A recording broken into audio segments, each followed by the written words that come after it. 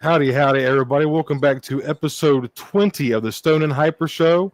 We are super stoked. This is a long time coming, this episode. You know who I am, Stone Mandalorian. We have my good buddy, Hyperdrive Collection, 6460 here, my co-host, and we are joined with a very special guest and very good friend and a very big supporter of the Stone and Hyper Show, the one and only good buddy of ours, Connor Callaroo. So, Connor, how are you feeling tonight, buddy?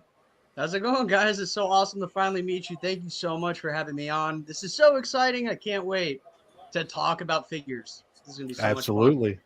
I'll tell you, it's really good to have you on, Connor. And I feel like I've known you for a whole year, and this is the first time we've ever spoken face-to-face, so to speak. So yeah, I was so excited. This is so crazy. I couldn't believe it. I was finally going to meet you guys. You guys got to come down to Florida for vacation, though.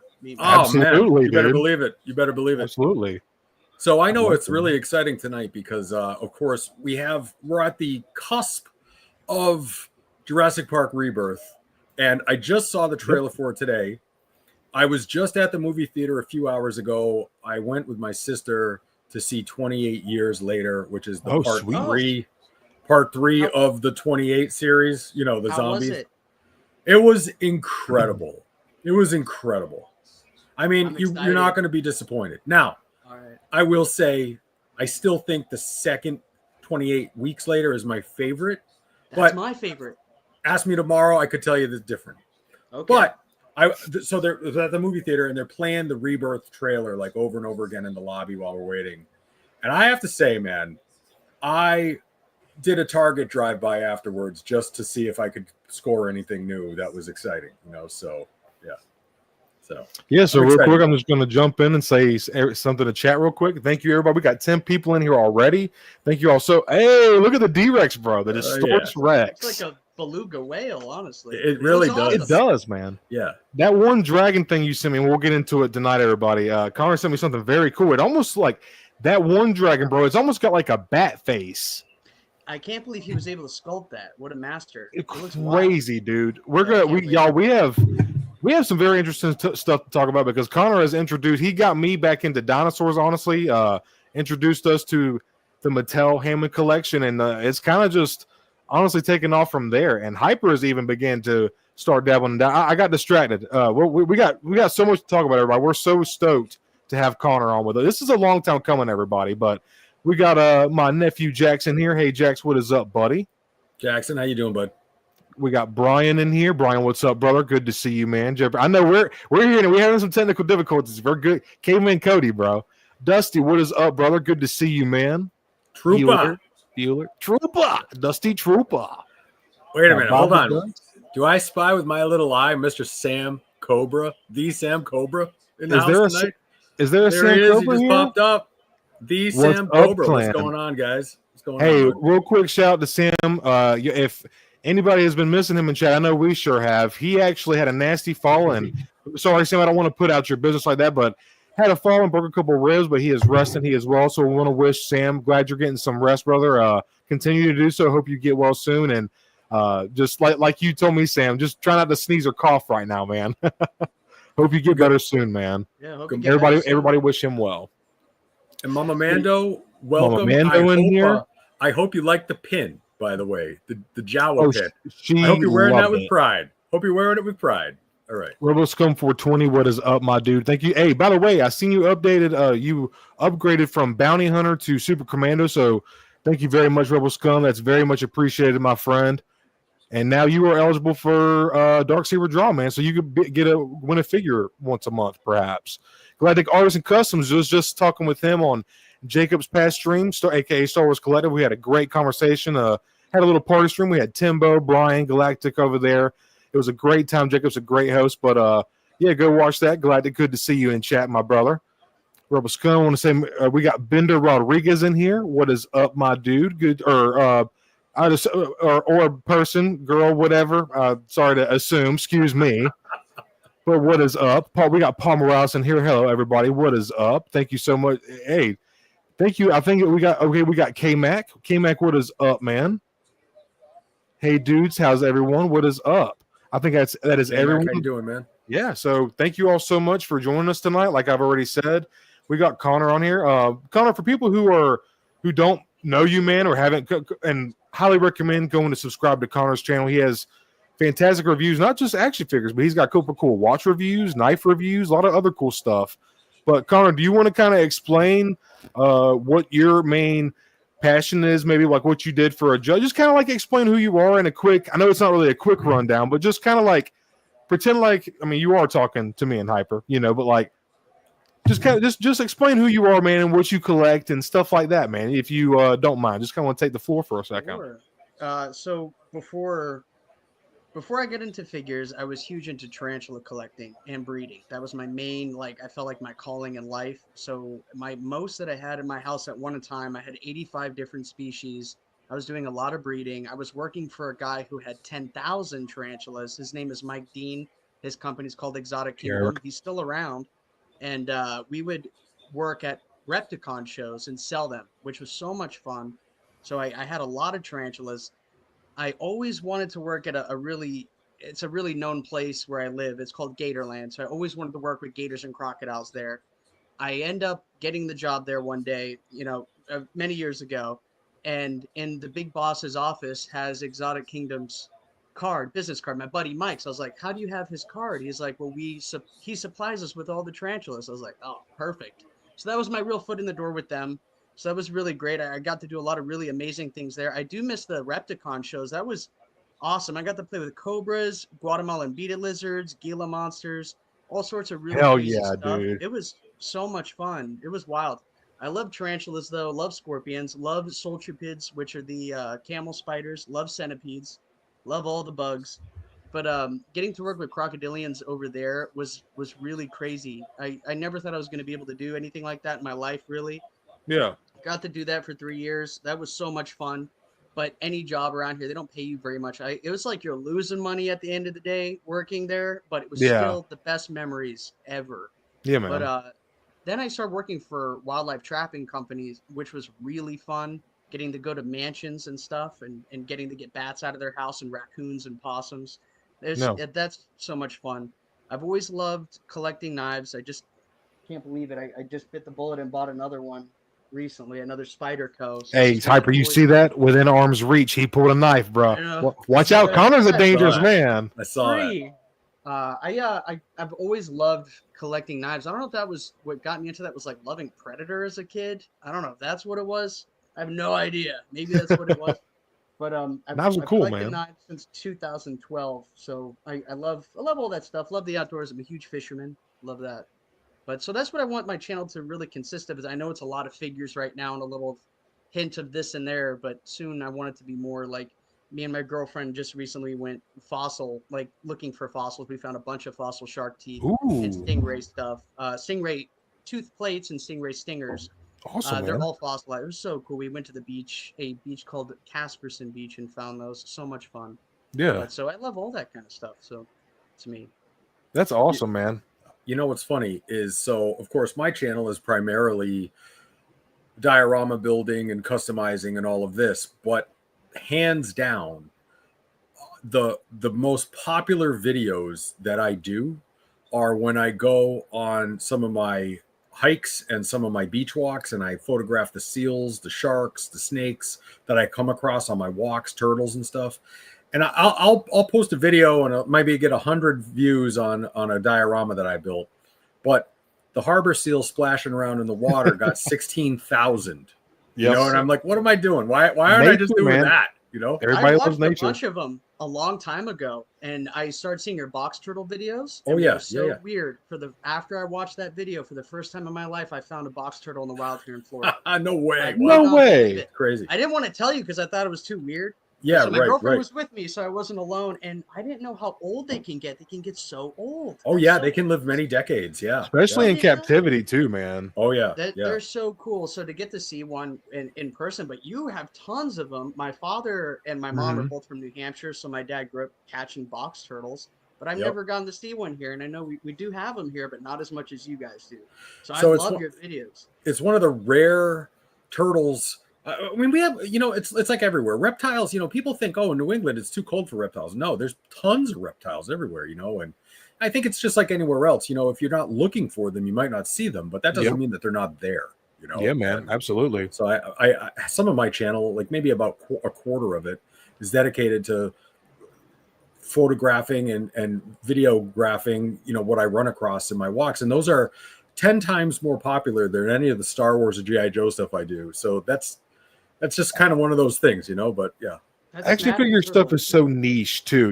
What the genre that we're in is very niche. That's right. But yeah, absolutely, man. Yeah.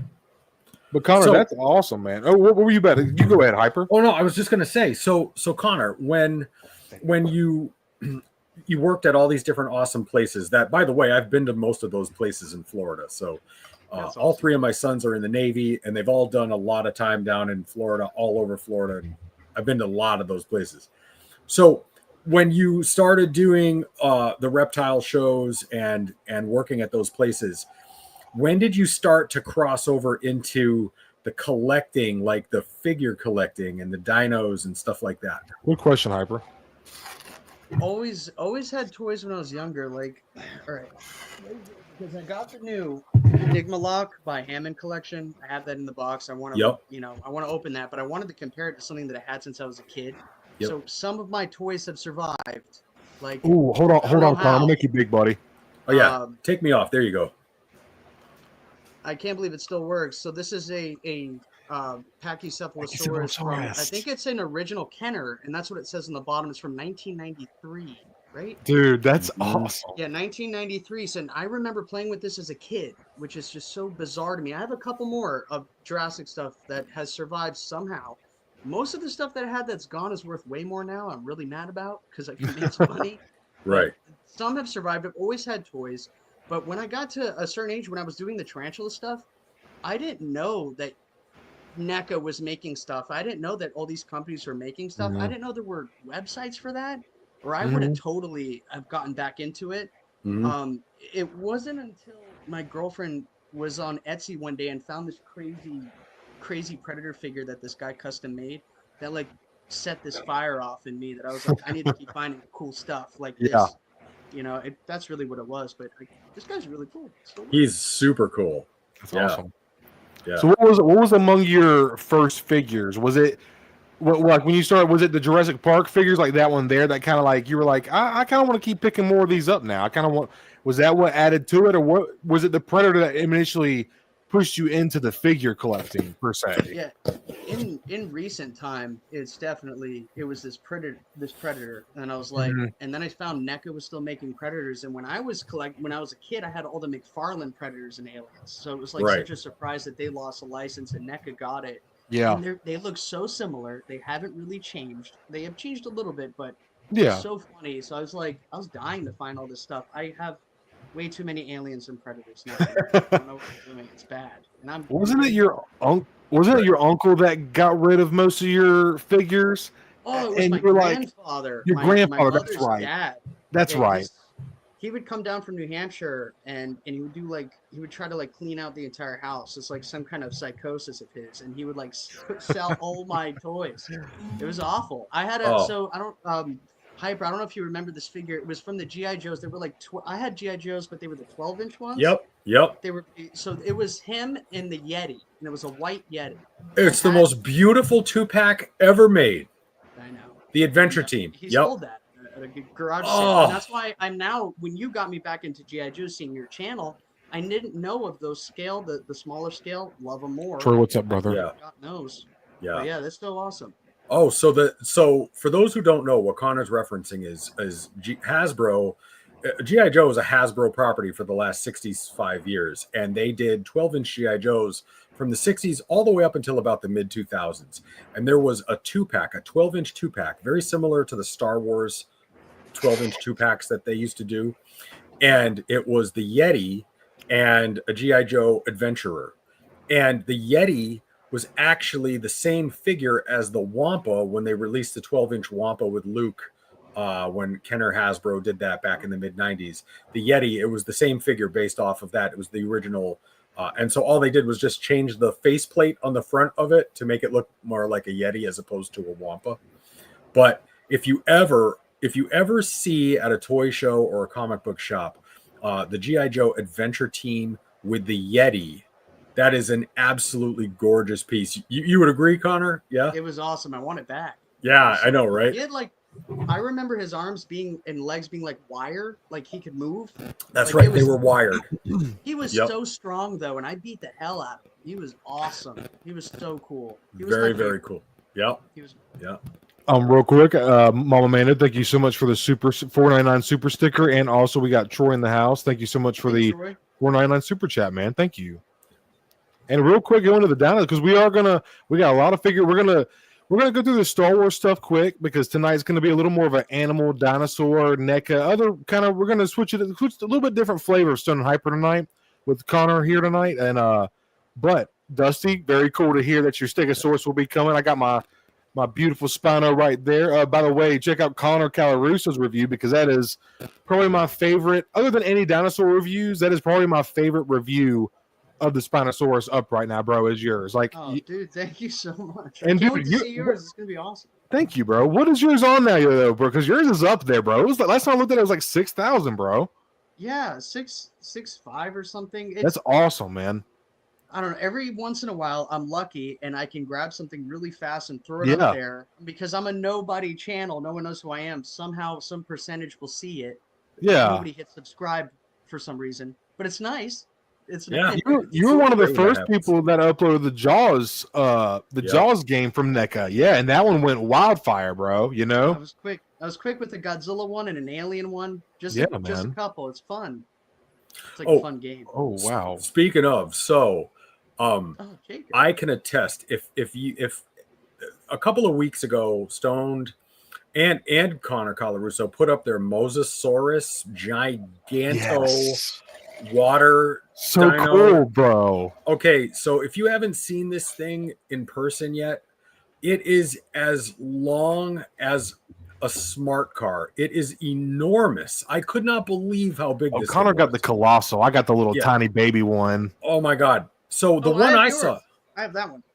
Yeah, I thought you had the you got the colossal T-Rex. Yes, I saw it was. So the colossal, there's a colossal Mosasaurus, I believe. It's huge. I could not believe how big it was. I don't know where anybody's gonna put this thing. Like you'd have to mount it like a swordfish. That would be kind of cool, bro. You know? Have it like yeah, that'd be sick. I mean, actually, it's so big, I could not believe it. So, anyways, yeah.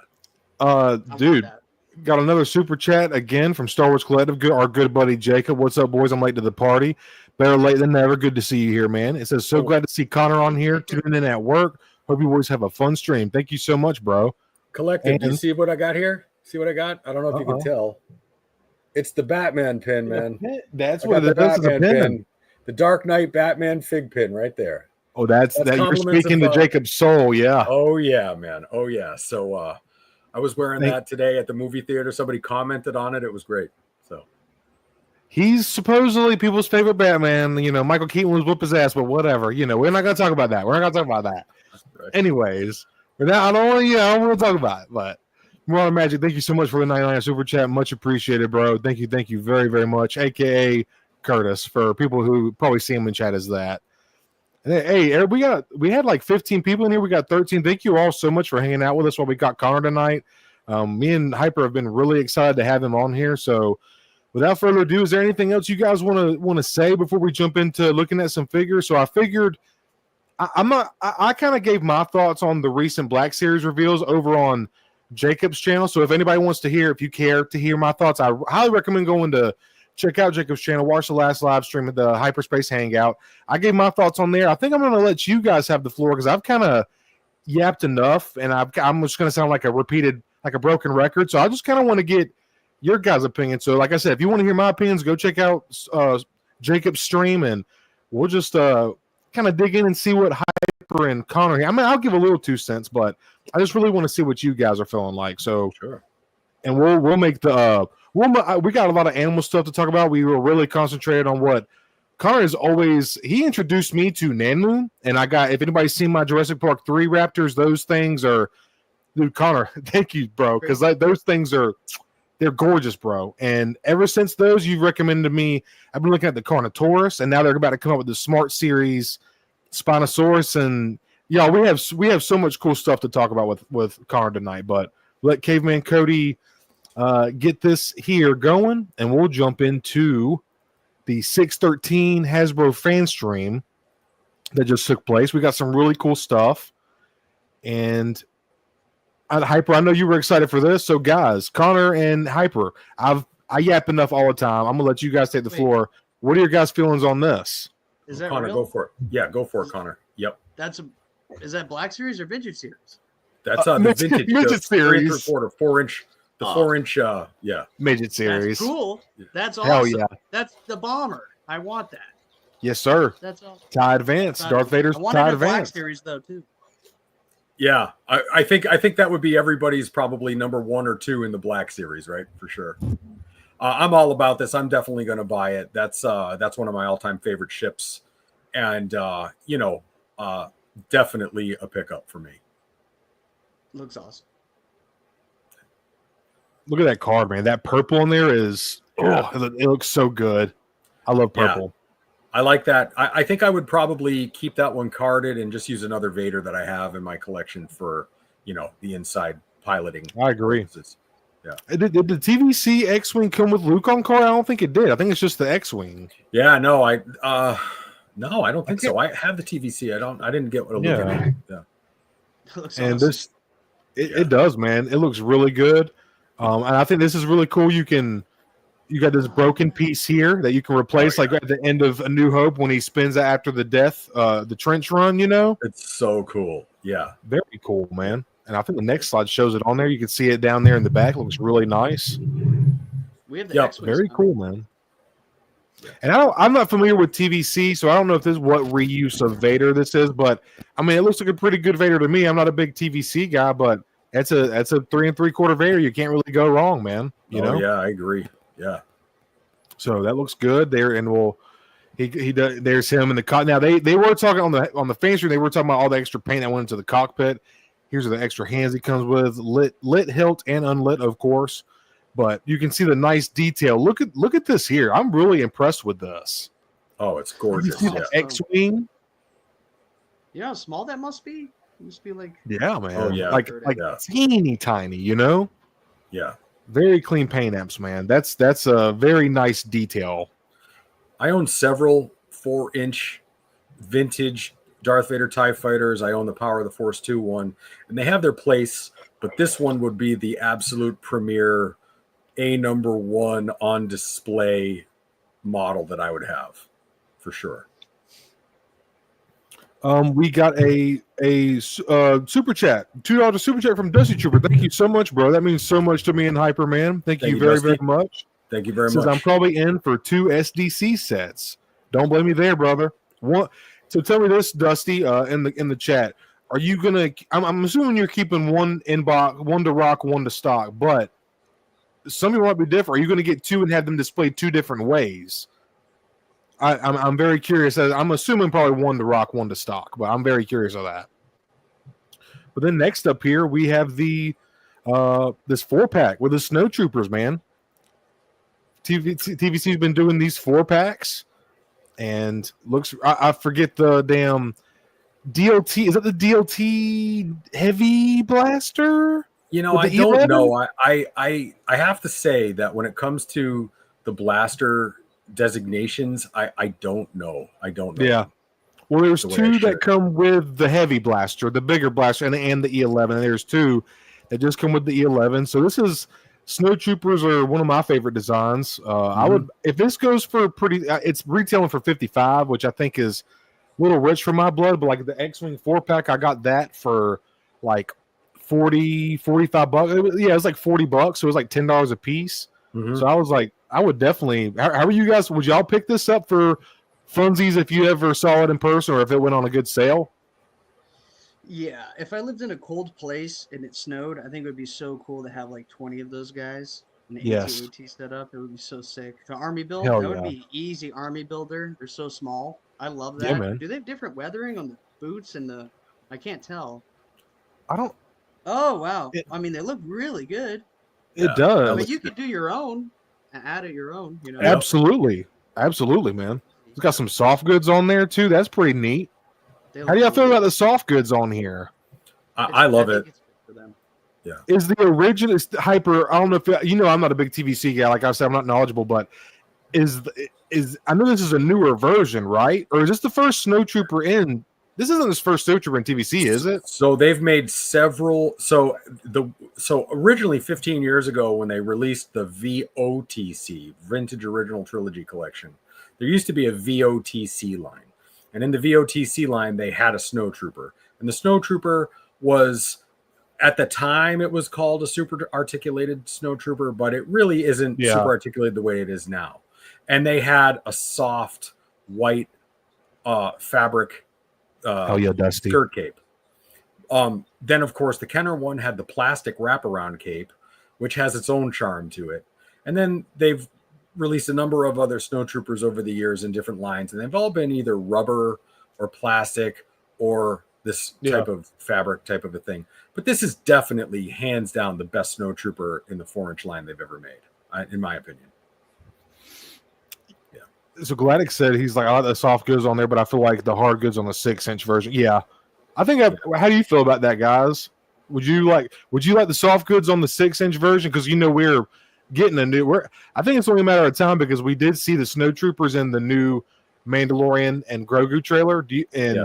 Would y'all like that to be soft goods, or would y'all rather that be a hard goods skirt?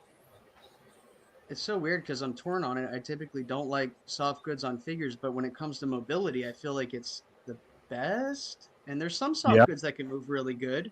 I have a really weird figure here. I'll show you later. It's got some soft goods that I kept on because it moves so well. But awesome, I feel like soft goods would be good for this. Not too bad. Yeah, generally when it comes to Snow Troopers, I'm going to take the soft goods, especially because I have 6 AT-AT walkers that need some new Hoth Snow Troopers to sit down in it and stuff. So I'm definitely going to buy a couple of these sets, and I'm very happy that they're the soft goods. Yeah, man. You can see you got some deep lunging poses right here. This is just look at that thigh swivel on there. Beautiful. These look great, man. I think we'd be happy if they just took that figure and scaled it up to 6-inch. I think we'd all be pretty happy with that, Oh, bro. Yes, absolutely. Right? Yeah. So, y'all, I think we're going to go ahead and jump into some crazy shit. The one and only, and shout out to Shooting in the Galaxy for doing these pictures, everybody, blew me away. We are looking at the SDCC. We're finally getting brand new head to fucking toe Revenge of the Sith, Obi-Wan and Anakin, bro. I get excited every time I fucking see this shit, bro. This shit is fucking fire, bro. I love this. This gets me giddy. This gets me so giddy. Hyper has some reservations about this being an SDCC exclusive. Obviously, we know it's going to be available sometime down the road. They're going to put these figures in single release Galaxy packaging. We know that. But, guys, tell me how you're feeling when you see these pictures right here, man. What are you feeling? You were the chosen one. Yeah. You were my brother Anakin. Yeah. They look great. Hell yeah, bro. You gonna pick it up? Yeah, if I could figure out how to do lava, that would be really cool, which I'm sure could be done, right? That is exactly. Yeah, I've already done it, and it's very inexpensive to do, and it's unfortunate that Hasbro decided not to, because my biggest critique of this set is that what you see in this picture is not what you are getting in the box. You can't make that right. You cannot make that. Well, I mean, it's going to take some serious customizing to do it. And so when you open up the box, the thing is so you see these gorgeous production photos and these marketing photos, and then when I saw it in person, it's flat, it's dead. The lava is just translucent plastic. It does not have this life to it. So when you buy this set, just remember it's not going to look anything like this on your shelf. And that's my biggest problem. Number two is, yes, the figures are fantastic. The platforms and all of those things look fantastic, but it is not going to look even remotely similar to any of this without significant lighting and customizing techniques. And so this is my biggest thing. So, we're all going to pay. If you're not at the convention, I don't see this set ever going for $110 online. I think this is going to be a premium price from the get-go. I don't think you're ever going to see this on clearance, or I think this is going to be $200 to $300 forever. You know, and it's not like, look, see that picture right there? That doesn't really look like the promo photos in my mind. It looks like a very downscaled version of the awesome marketing photos, and that's what I don't like about it personally. I agree completely. The marketing photos definitely, you know, can really overhype it because they're adding the shade. I'm sure they had like colored lenses that were going over the cameras or the lights that were casting the right kind of lights and angles and shadows onto these figures. It's definitely a little, that's just pure photography, man. But that's what promo pictures are. Because like I feel like when I look at this here, and obviously we're gonna have to see how it looks in hand because it might be if it's this vibrant, I think I'm okay with that. But I get what you're saying, Hyper. I really do, bro. Like I get it. It's those pictures really amped and vamped it up, and then you see like, then you see this, and you're like, oh, well. Where's the rest of the lava? You know, so like, I totally get where you're coming from. I think maybe I'm too blinded by Revenge of the Sith love. Maybe it's just because it's my prequel generational attachment to it. But man, I'm all over this thing. I cannot. But see, that's what we like about the Stone and Hyper show is like, I like how sometimes me and Hyper are on the same exact page, and then sometimes we're on the other sides of the book. You know, it's good conversation, but I don't. If I'm being honest here, man, I'm not going to talk about this long because, like I said, I've already talked a lot, but about this on Jacob's channel. But I don't really have many critiques with this set, man. I am very impressed that this is $110. However, go ahead with Hyper saying that this is a set that is not going to go on clearance. So if you ever have the chance to pick it up, you need to pull the trigger and pull it hard, pull it fast. But like you got. To me, this droid right here, that's a $20, $25 droid. Then you go, that's a $20, $25, $30 base to me, you know. And the bottom is painted. They showed it on stream. Like they didn't try to cut corners with the bottom is painted and sculpted really very nicely. Yep. And I'm just the extra pieces that go with each base. I'm very impressed with it. I wish they had a picture of the packaging. I haven't been able to find a picture of it coming out of the sleeve. But that's why we need the balance because I'm here to glaze it and talk nothing but good. And we also need Hyper to bring us back in and be like, well, wait a minute. These are the things that could be better about it. But then I see this face sculpt, man. We have been begging and clamoring for a good Revenge of the Sith, Ewan McGregor likeness. That's not just on the Clone Wars Obi-Wan, and we have it. Oh, listen, the figures are outstanding. Probably the two best figures of the year. The value is there at $110. I am not critiquing the value. I think that's very fair priced. The problem is there's only going to be 1,100 people who buy it for that, and then everybody else is going to pay a premium for it. And then along with that, when you pay probably $300 for this, you're going to open up the set and you're going to immediately sort of have that buyer's remorse because it doesn't look anything like the photos. And what I'm thinking is, so I know how I am, and I'm going to overpay for this because I'm going to have to pay $250 for this. I'm going to open it up. I'm going to have 12 minutes of excitement, and then it's going to sit in the box forever because either I'm going to have to customize it to make it look the way I want or I won't. And that'll be that. That'll be that, right? And then what else is new? Like it'll be 15 minutes of excitement and then waiting until the next announcement. And that's a big $300 or $250 bill to pay for 15 minutes of kind of not exactly what you were hoping for in real life. You know, that's my point on it. Oh shit! Hello. I lost you there for a second. Oh, can you hear me? I got you. Yeah, stoned is stoned.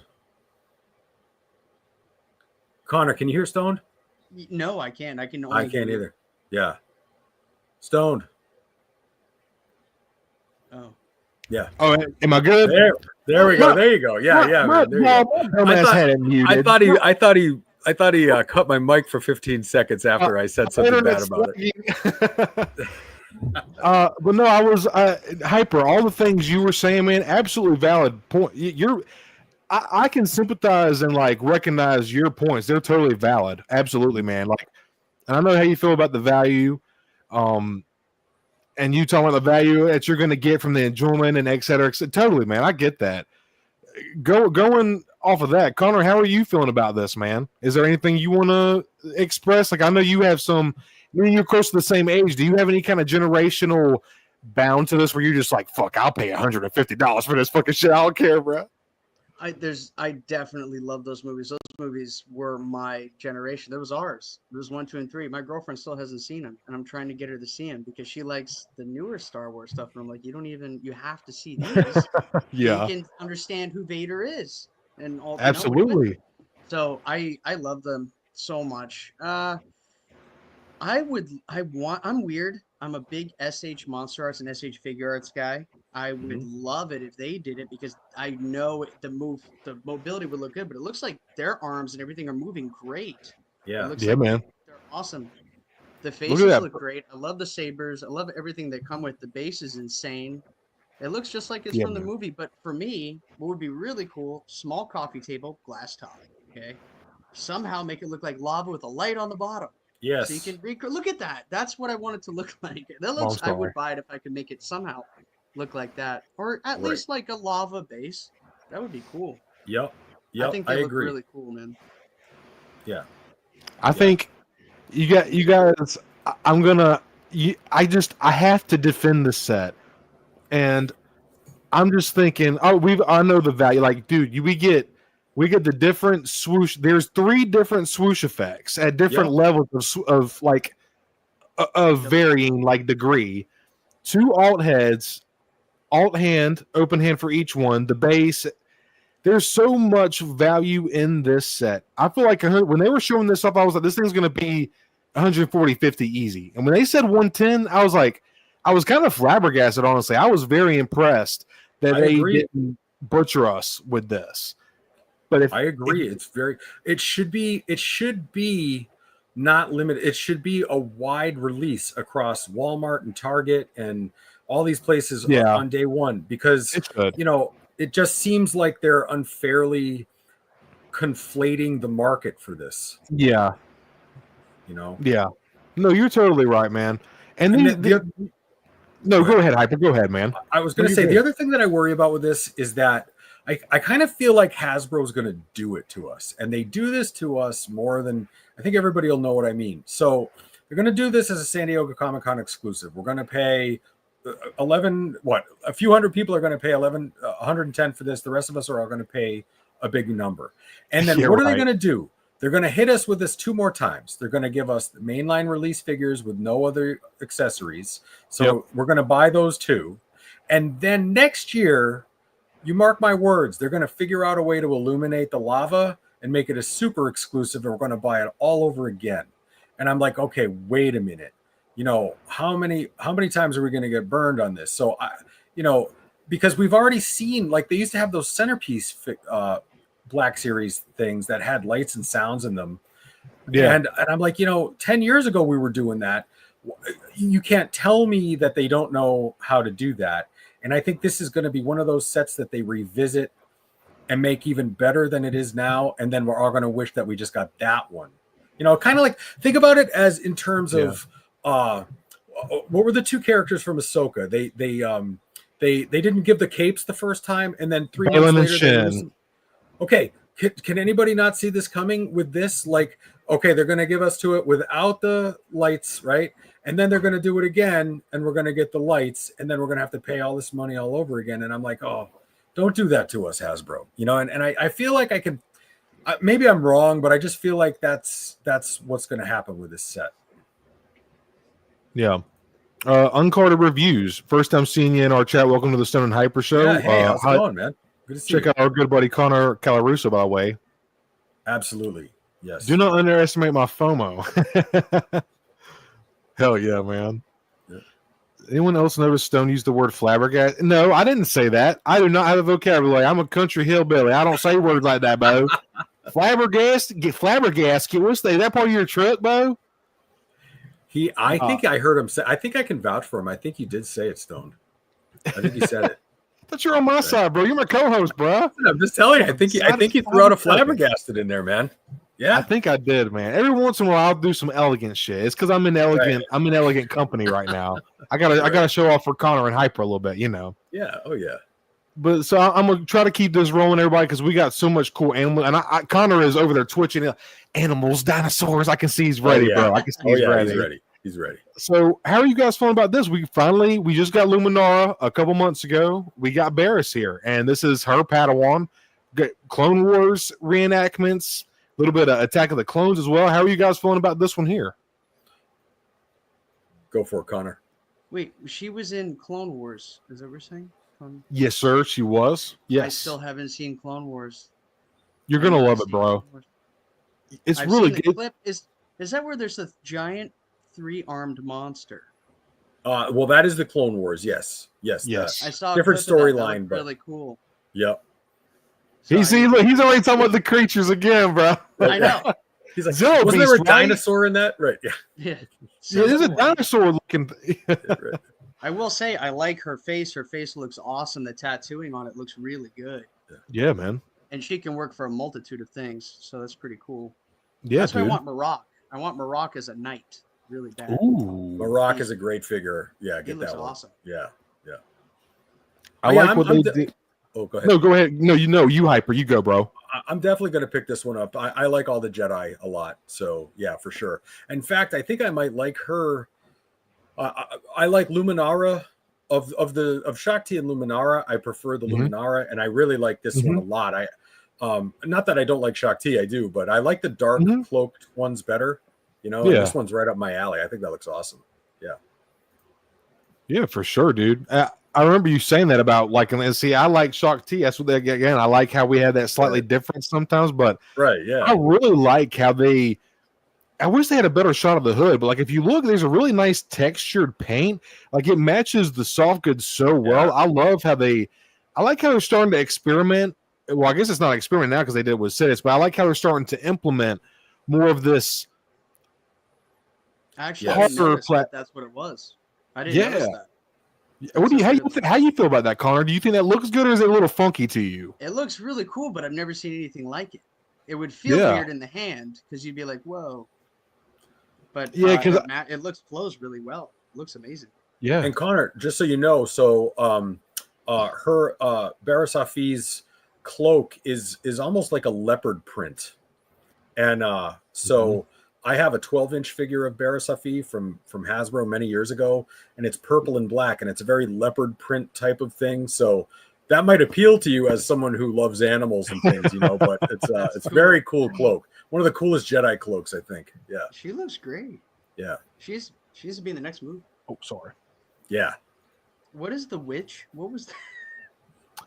So that was some of the Halloween stuff. It's a Ventress figure that they've repainted, and it's a Halloween figure. So I'm not a big.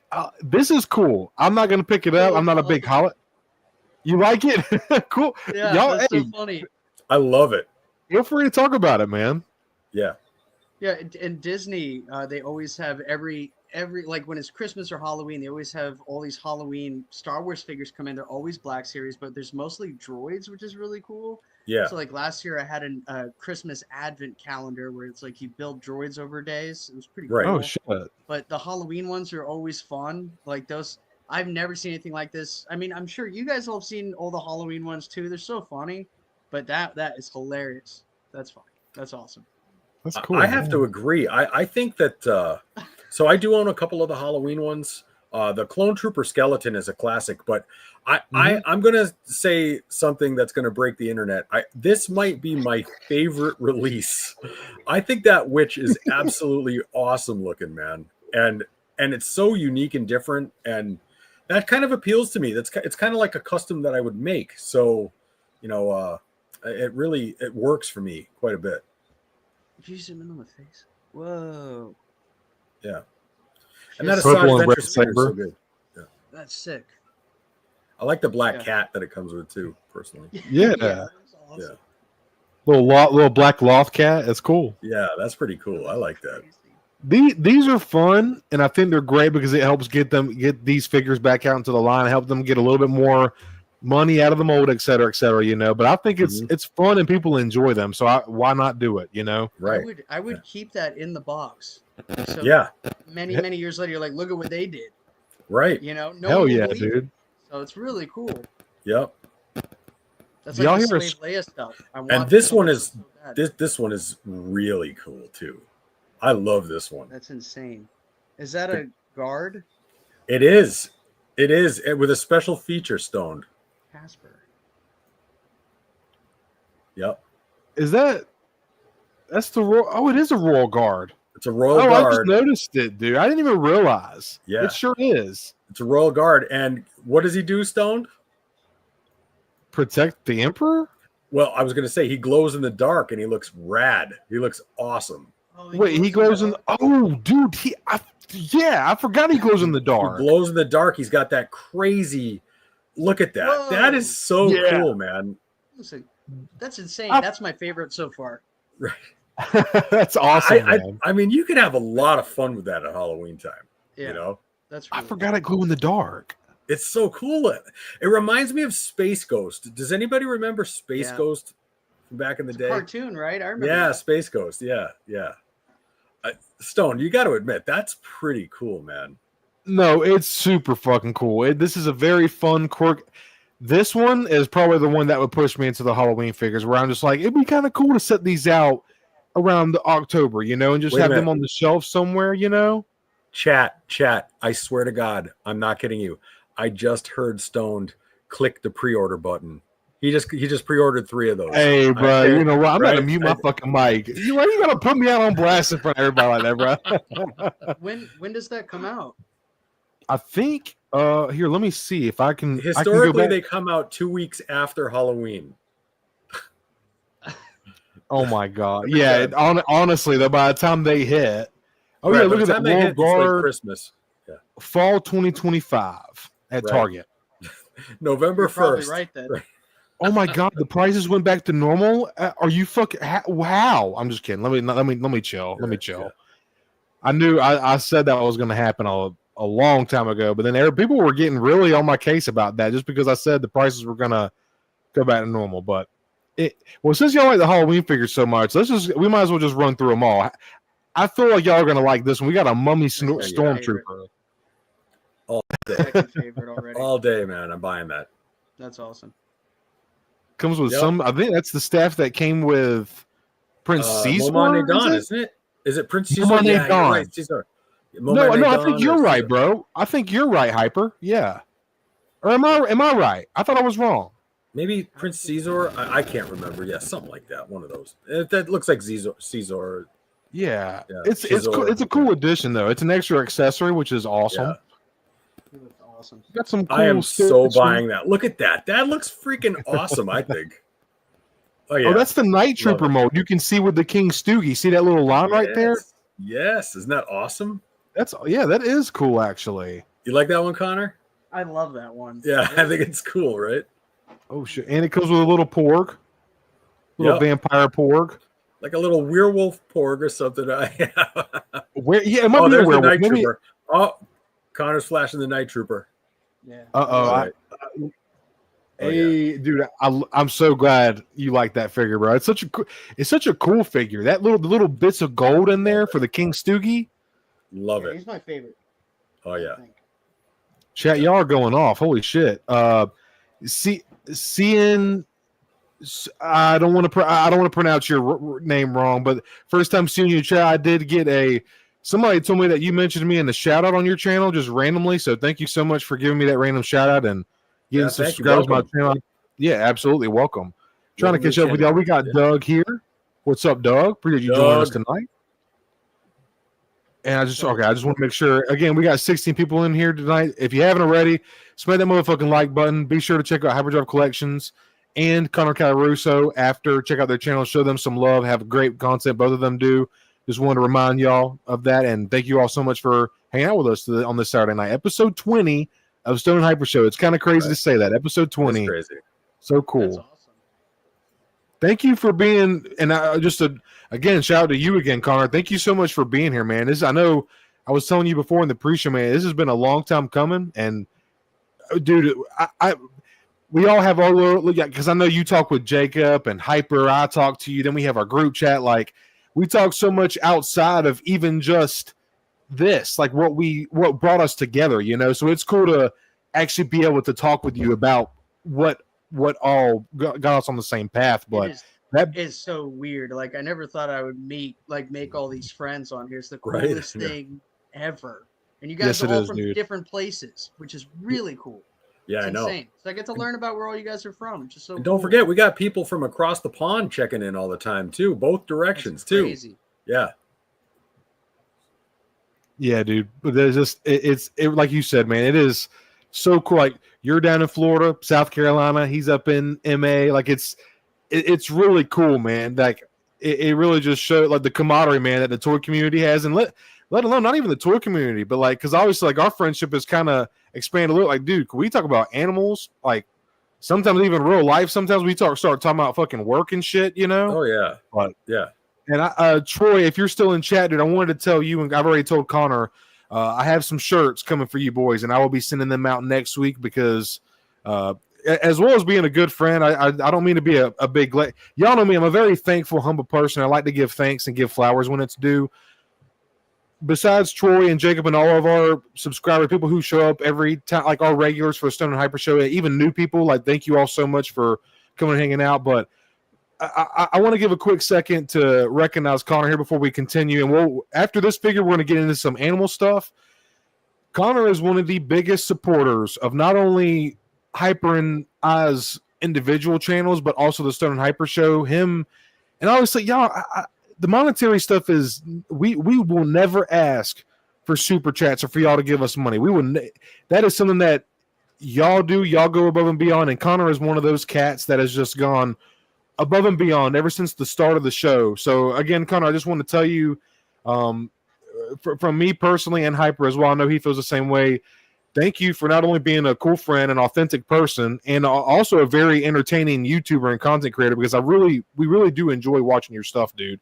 But thank you so much. Thank you for being such a big supporter of you. You have been one of the key components, along with other people that I've mentioned already, in pushing this channel and this show further than me and Hyper even expected it, bro. Like you have been a crucial part, and I just want to like express to you how thankful we are for that, bro. Because I know you know what it means, but I don't think you know what it means. So I just want to thank you while everybody is watching. You know, not because like I said pre-show, I was kind of glazing you too, but I just wanted to say it for everybody to hear because you deserve it, man. And me and Hyper really enjoy your content, dude. And you're like Jacob, man. You, Troy, and Hyper Brian. Y'all guys, y'all's authenticity just like it exudes, it like oozes out of y'all, man. So yeah, just I'm gonna quit yapping. Just thank you so much, dude. You really are a cool dude, man. I wanted to say both to Connor and to everyone who has ever donated monetarily. Yes, please know that every single penny has gone to exactly what it is intended for. Yep, whiskey and hookers.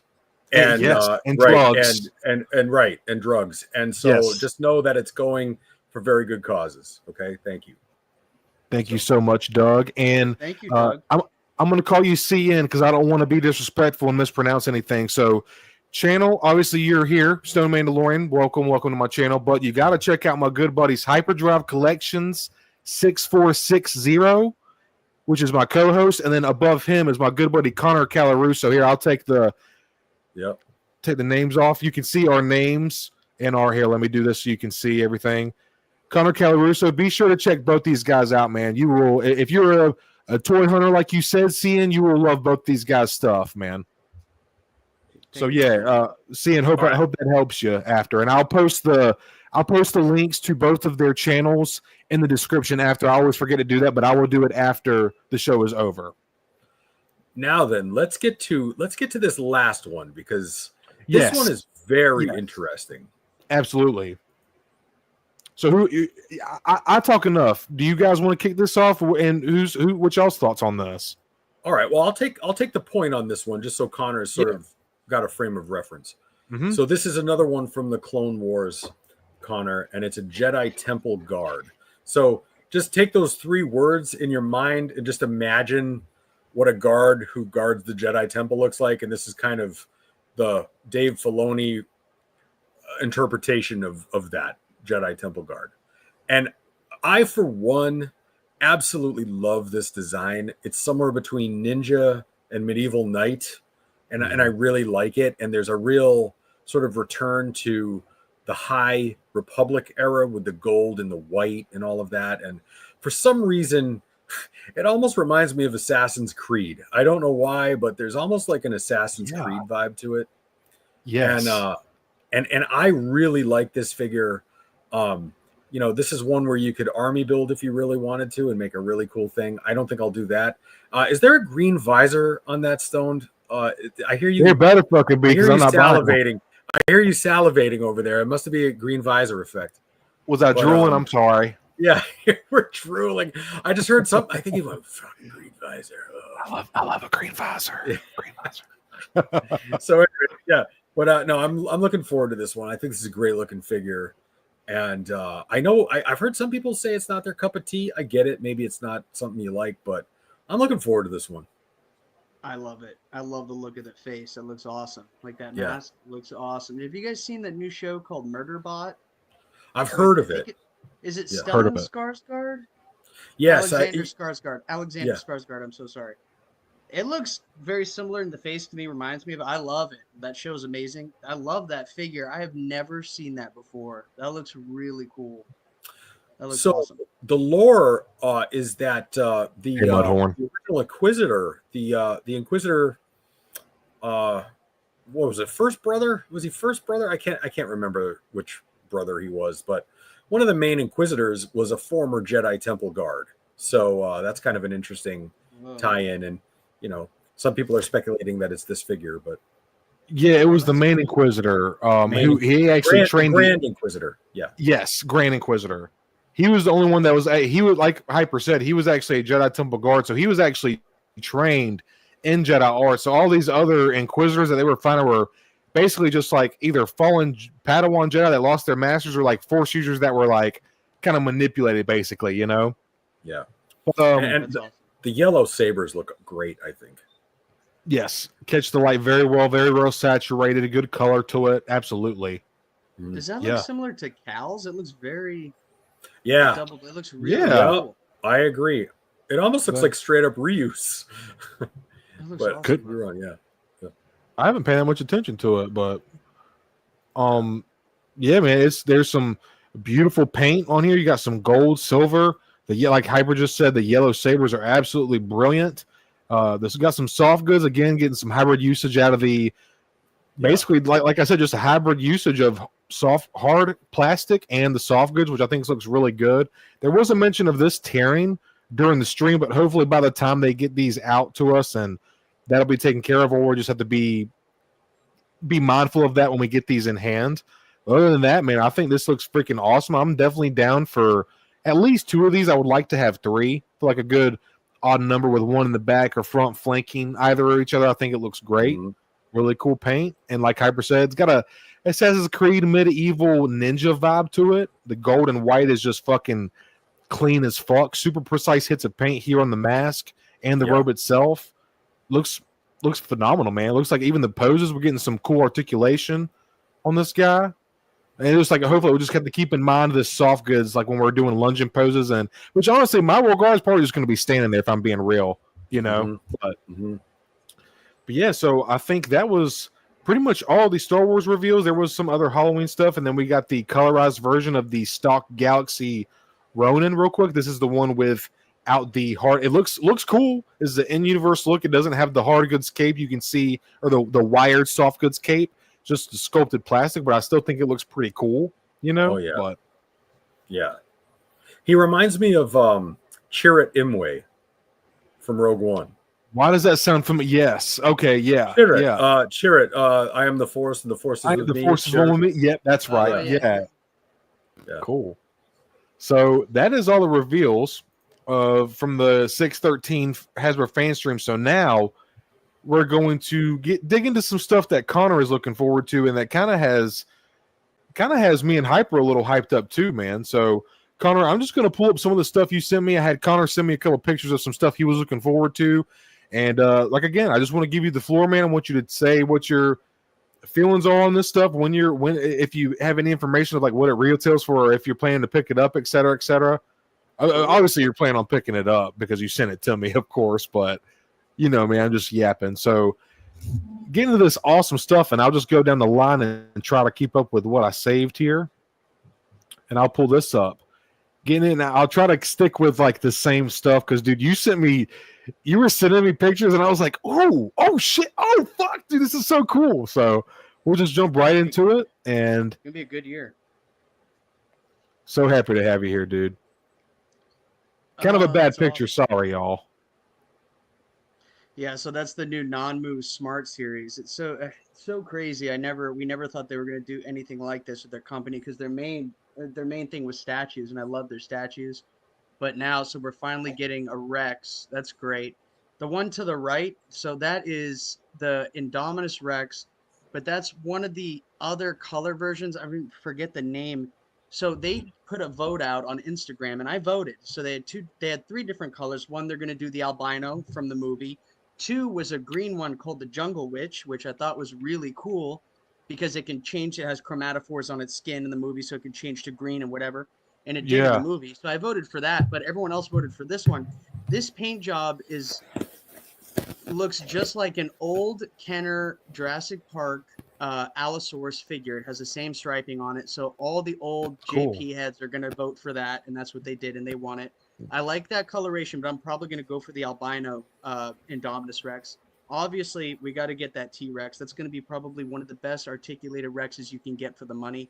They call them Smart Series because they're not that expensive.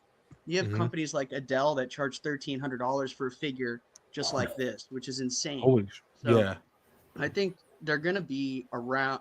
They already have the Indominus on pre-order, and it's $130. That ain't that bad. Not bad at all. Yeah. So the T-Rex will be similar. And A they also tenth have the a price. Spino. Yeah, it's not bad. Yeah, They're sorry really I good. didn't get, I meant to crop this picture up a little. Sorry I can't zoom in, everybody. I apologize for that. And then so yeah, really looking forward to that. Very freaking cool, man. I'll go ahead and pull up the next thing here. Okay, give Caveman Cody just a second. I have a question. Oh, okay. No, you hyper. You go ahead, brother. You go I ahead. have a question for Connor about, so when I go to Target, for instance, and there's an entire, there's got to be 15 feet dedicated to the Jurassic Park franchises, and there's all these different properties within the Jurassic Park, you know, like Chaos Theory and Rebirth and Hammond Collection and all of these things. How do they scale with one another? In other words, you know, I know there's different lines, like Chaos Theory line, for instance. Is that a 4-inch line or a 6-inch line? And what is it compatible with? Because I get a little bit lost when I go in there. It is weird because they're all like different scales. Like with the new Rebirth stuff, they have a figure that I got when the first ones was called the Tyranno Titan, which is known to be one of the largest predatory animals. So it's bigger than a T-Rex, they're pretty sure. And it's this small 7-inch figure. It's 7 inches long, and yet they'll do a Stegosaurus that's 3 times the size of that. So I just think that's interesting. They all scale pretty weird together, especially when you throw the Hammond collection in the mix too. Those don't go together either. And then you have the super colossals, which none of them really go together. So within the Hammond collection line, for instance, don't necessarily think that they're all in scale with one another. Is that correct? I wouldn't think not at all. And what's really funny is there's this new one that came out. It's like a Kenner remake, and it's at Target. I don't know if you guys have seen it. It's like a little helicopter. It's really small. It's Jurassic Park, and it's got a little figure, a guy. I have seen that. Yes. I want to know if that's G.I. Joe scale. Will like a croc mount, like a G.I. Joe, would he fit in that helicopter? So it seems small. Yeah, it looks like it's a 4-inch scale helicopter, if I'm not mistaken. And I would suggest that probably a 6-inch a 4-inch scale G.I. Joe would fit into it. But you know what? I will let you know because I'm actually planning on picking up that helicopter for a G.I. Joe custom. So hang in there and I will get back to you on that. So, all right, awesome. I thought the same thing when I saw it. I was like, G.I. Joe could fit in there. I hope. Yeah. That would be. Certainly. Yeah, I want some of that stuff to scale with, I want it all to, that'd be really great to be able to use other stuff with other stuff. Right, It's hard because I'd like some of my figures, like I have some figures, like humanoid dino figures. I'll show you like a weird one. This is by Savage Crucible, and these went out of stock super fast, and they came back. Took a long time. I just have him riding this Allosaurus, but so it's like a lizard man kind of thing. It's kind of like a gladiator. That's really cool. But he doesn't. I thought he would scale well with like the Predators, like 6-inch scale, but it's not. It's not at all. It doesn't scale well. Okay. So I really wish that it was more like that we could use stuff for different lines. But especially with the Jurassic, it's all the same line. They're all different sizes. Right. Okay. All right. Super weird. All right. Continue on there, Stoned. Continue on. Yeah, so I feel like sometimes I'm a yawner, I'm a yapper, so I have to I try to reel myself in to let other people have a chance to talk, so I don't ever want to feel like I'm talking over y'all. But man, ever since Connor has turned me on to those NANMU Raptors, man, I have been so impressed with the quality of the sculpt and paint. With the quality of the sculpt and paint on these figures, and just the articulation overall, because it's hard to find. Like Connor was just saying earlier, it's hard. There's not really many articulated animals or dinosaurs as well. Like this is like he was talking about the T-Rex earlier, the Smart series, which is NANMU's version of the how they articulated. You have all the extra cuts and stuff like that. But we do have some NANMU Raptors right here. Connor, do you want to explain aren't the prices? Isn't the white one like $68 and then the black one is like 70 something? Yeah, it's pretty weird. They do stuff like that every now and again, and I'm not sure what warrants like for the higher pricing. Yeah. But this is from Jurassic World: Fallen Kingdom, the Indoraptor. This is what I don't know if you guys remember Hodgkins from the first Jurassic World. He plays Kingpin in Daredevil. Yes. He's in Jurassic World. Oh, sure. And yeah. he's like, imagine this thing a fraction of the size. He's talking about the Indominus Rex. So in the next movie, they were able to do that. They made it a fraction of the size. Now this one, it's kind of cool. It comes in an alternate color. I don't know if that was an idea for the movie. They wanted to do it in that white. It was actually the black color with the yellow in the movie. I pre-ordered the white one because I just thought it looked really cool, something different. And I don't know. I just thought it was really awesome. It's definitely going to be one of the better figures that they make. The more that I look at it, the more that I like it for sure. Not one of my favorite movies at all, but definitely that figure, the design looks incredible to me.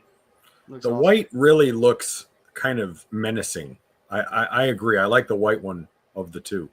And they come with something really strange, which is what they talked about, what they wanted that got scrapped from the movie. They come with I guess a piece of their eye socket will come out, and you can put a mechanical looking piece there, and also they wear a little army vest.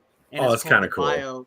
And so for licensing issues, so NANMU doesn't get in trouble, they call this one the bio weapon, which is kind of cool. So that's pretty cool. I think that would be cool with a Predator figure, and it has like the metal in its eye. But definitely going to be one of the better ones that they have releasing this year for sure.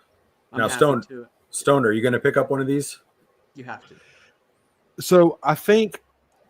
So Connor, wasn't the white one? Wasn't that was just the concept art, right? Because I know in the final version they ended up going with the black one. Yeah, I didn't know if they had another color in the concept. I never saw that, but I did hear a long time ago that they wanted to make it have like that, like, I don't know, what do you call it? Like bionic, like have like metal or, chips in its brain so they can control it better. 68, or 69. That's not too bad. $70. And I know that seems high for people that aren't familiar, but if you have like Star Wars imports or Marvel, like SHF Figuarts or like Mafex, NANMU is basically like import line for dinosaurs, man. I'm telling you, when you get these things in hand, you look at the paint and the sculpt on these things, it is true. They are truly phenomenal works of art, honestly, man. But I think I would be in on picking this up because obviously this is a monster. All the Jurassic Park, unless you go to like Creative Beast Studio, where we're going to talk about here further on down the road, like Beasts of the Mesozoic or something like that, where they're like accurate, like paleontology accurate, these are just like cool looking animals and creatures, but just how cool it looks. I think I like the white one. I think the white one is kind of like abnormal, and white is not a very wide occurring color in nature. And a lot of the times if a white, like a white moose or elk are actually very highly like sacred to like certain indigenous tribes and stuff like that. I feel like this kind of gives me that vibe. You know what I mean? It's just something really cool about it. But don't get me wrong, the black one is pretty sick too. I'll go back and check that one out. So $68 for that one. And like Connor was saying, I don't really the couple of dollars in the price difference. I guess maybe that. I mean, the paint maybe. I don't know. But what do y'all think about the black one here? It looks cool. It looks pretty sick, dude. But yeah, it looks pretty good. You see more detail on the white one, like more of the scale. Absolutely. My girlfriend actually pointed that out. It reminds me of a Hellcat, like it reminds me of like a Dodge Hellcat, doesn't it? I don't know. There's something about it. It just kind of has that or a demon rather, maybe a demon, but it's got very like sleek look. Yeah, right. All right, got the wire bendable tail. I think we need to play a quick lightning round of Within Arm's Reach featuring the Stone Mandalorian right now. This is giving me an idea. All right, here we go, Connor. It's time to play Within Arm's Reach with the Stone Mandalorian. Stoned, if you would, sir, your left hand, please. Within arm's reach of your left hand, is there a dinosaur on your desk? Does this count as a dinosaur? What is kinda, sorta? Oh, well, okay. Well, it's an alligator. Okay, the Fiona the alligator. No, I'm sorry, that does not count. It does not count. Okay, no dinosaur, man. No dinosaur. All right. Right side, right hand. Can you, with your right hand, can you reach out and extend to pick out how many can you touch with your right hand? Oh God! 1, 2, 3, 4. Too many. They were all they were hiding on the right side. They're hiding. I need to kind of switch things out. I have like the same figures that I've been admiring for. I need to kind of freshen it up a little bit. Kind of keep you on your toes. How many dinosaurs are on the desk currently? How many dinos? Honestly, the only ones that I have are the ones that I have. I got this little Connor. You would probably love this too. And this would be great for dioramas. $10 for this little thing right here. Oh, that's cool. Yeah. All right. Oh, that's awesome. Cool. Yeah, I like that. It's like 1/32 scale. The hell out of that. Oh yeah. That would be all my videos. Oh, you have the Jeep, don't you, bro? Yeah, I got it at Universal and I love it. That thing is. I love how you utilize that in your thumbnails, bro. Like with the dinosaur tearing. Yeah, I love it, dude. They need to make more stuff like that. That'd be great. It's hard. It's hard to find drastic stuff. Yes, Connor, take a guess. Take a guess, Connor. How many dinosaurs on the Stone Mandalorian's desk currently? Oh my gosh! Behind you is a ton. Oh yeah, no, we're talking about on the desk. That aircraft carrier of a desk he's got. Oh, you have a big desk. Yeah, I know. Yeah, I don't have. Well, I don't know if you count. Hold on, I do have these little guys. 4. Okay, Connor says 4. I say because of the 9. Yeah. You know what, Connor? 4 was actually a very good guess, my friend. 4 dinos. Sorry, my Savage knocked out fucking Spidey over here. So I have these little guys, and y'all probably like these two. Very nostalgic from back in the day. Hold on, my camera's doing something weird. I got a little Brachiosaurus here. I love it. Or I think it's a Brachiosaurus. Connor will probably know exactly. Parasaurolophus. Yeah. Cute. Stone, did you pull those out of your pocket? Right here, those brother. Pocket dinos? Was it my pocket? I'm just kidding. Dimetrodon, very cool. Very nice. And there's not much. They're just fun little desk figgies. And I got a little theropod, little dinosaur, a T-Rex, whatever. So awesome. Connor was correct. 4. Connor was correct. Okay. All right. These are literally the only ones I have on my desk, though. Okay, that's not bad. I thought it was going to be like 9. So all right. It should have been 9. I feel like I'm disappointed in myself, honestly. You kind of did disappoint the crowd, man. I know. I'm so sorry. I got to switch things up a little bit, man.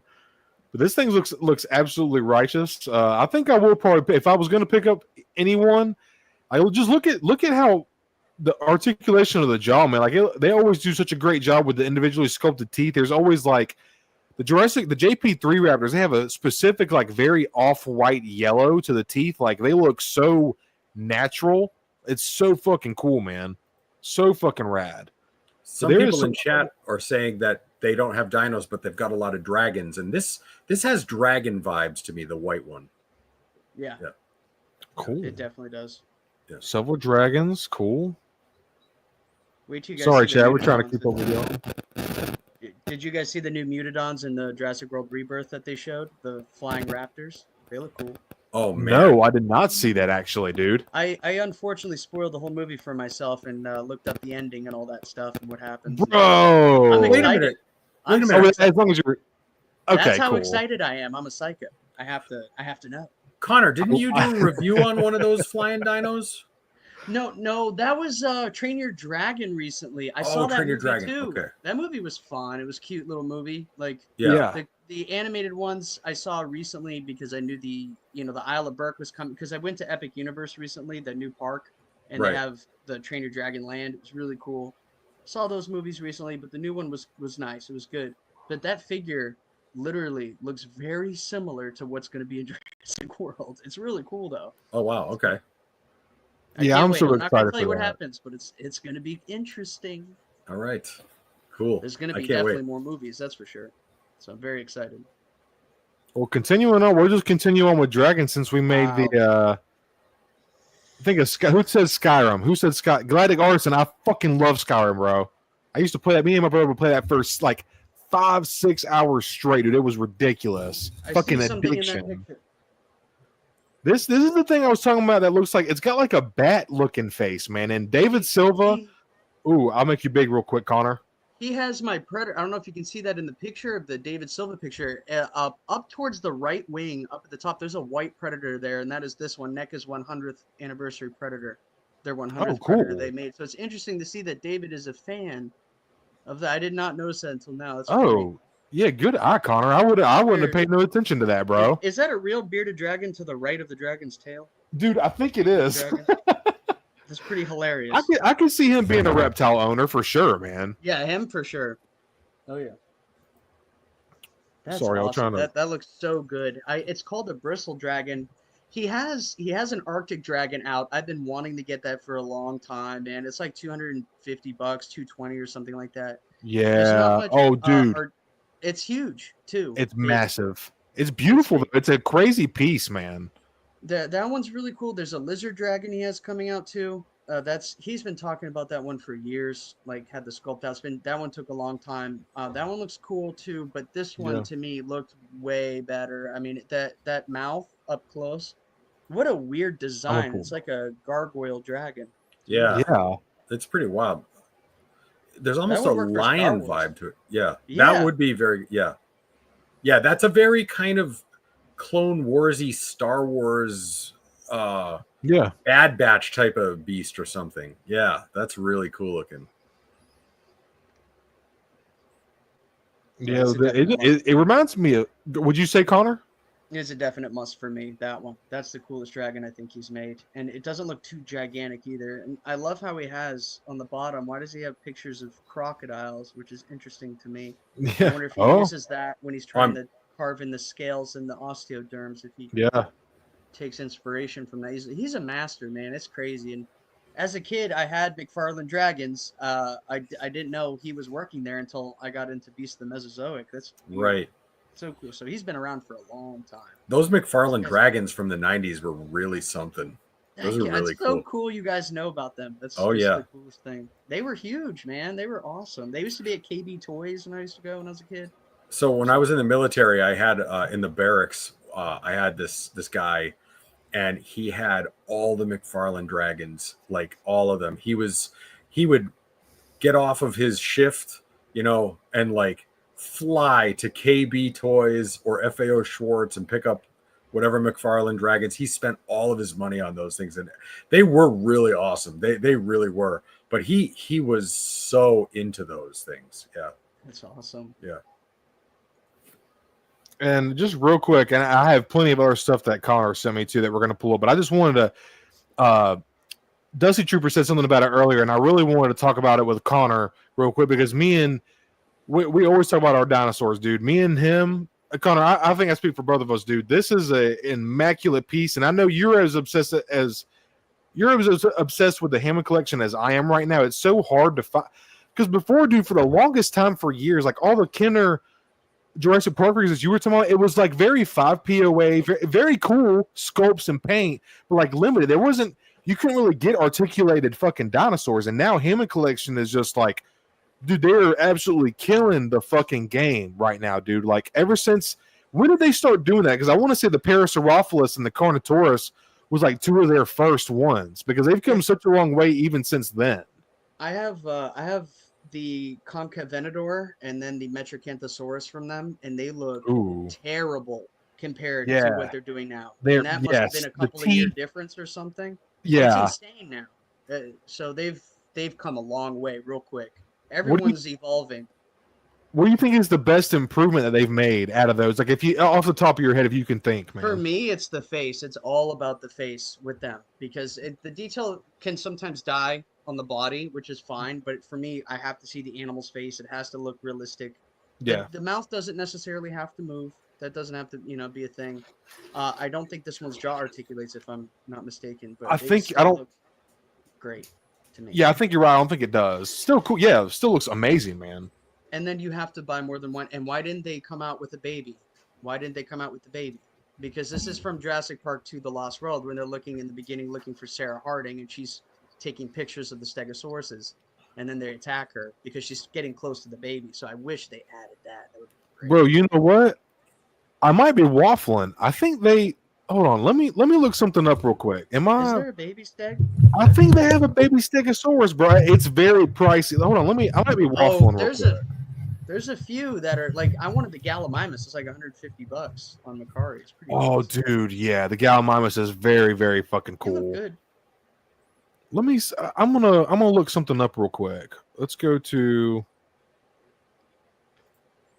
This one literally looks like the animatronic that's on the. I don't know if you guys have ever been to Universal here. They have a Jurassic Park ride. They have a steg. Is that a cat? This is everyone. Stone, could you just take a moment and just enlarge me real quick? Oh yeah, I sure can, bro. Yeah. It's so dark. He's like come camouflage. back. All right, ready? So, my. this is a Larry-saurus, and this is Larry, and Larry is my constant companion, and Larry is a hospice rescue cat. I'm a hospice nurse, and we had a patient who was in desperate need of a home for the Larry-saurus, and so I took him, and now he's like, we're inseparable. We're like total bros, man. He's like, thank you so much. Oh yeah, hey Larry, that's right. And so it's actually the Stoned Hyper and Larry show now. Yeah, he's like the whole time we've been talking, he's been like right on my lap, and he just decided to pop up. So, all right, go for it again, guys. That's awesome. He's right here. Yeah. No, you're good. I always time for kitty puppy time. Right. Yeah. How old is he? So Larry's he's 15. Wow, that's awesome. I know, right? Yeah. So, my boy. All right, as you were, guys. Go for it. You can reduce me. You're good. You're good, dude. Insane. I was gonna try to show this here. I was gonna show Connor. Come on, computer. Share screen. So Hammond Collection does have a baby Stegosaurus. Wow. Connor, I think you're gonna love it, dude. And he would look absolutely fantastic. Oh, I don't know if you can. It's kind of small right there, Connor. There's it next to John Hammond. You can see. That's really, even the paint on that is amazing. Man, here's some yellows on there, some browns, some light browns with a beautiful green right here. Oh, are you showing the baby one? Yeah, this is the baby one, right? I don't know when they came out with this, bro. I can't see it. You can't. Oh shit. Oh, hold on. I need my dumbass. Why is it doing it like this? Do I need to add it to? Oh, here we go. Remove.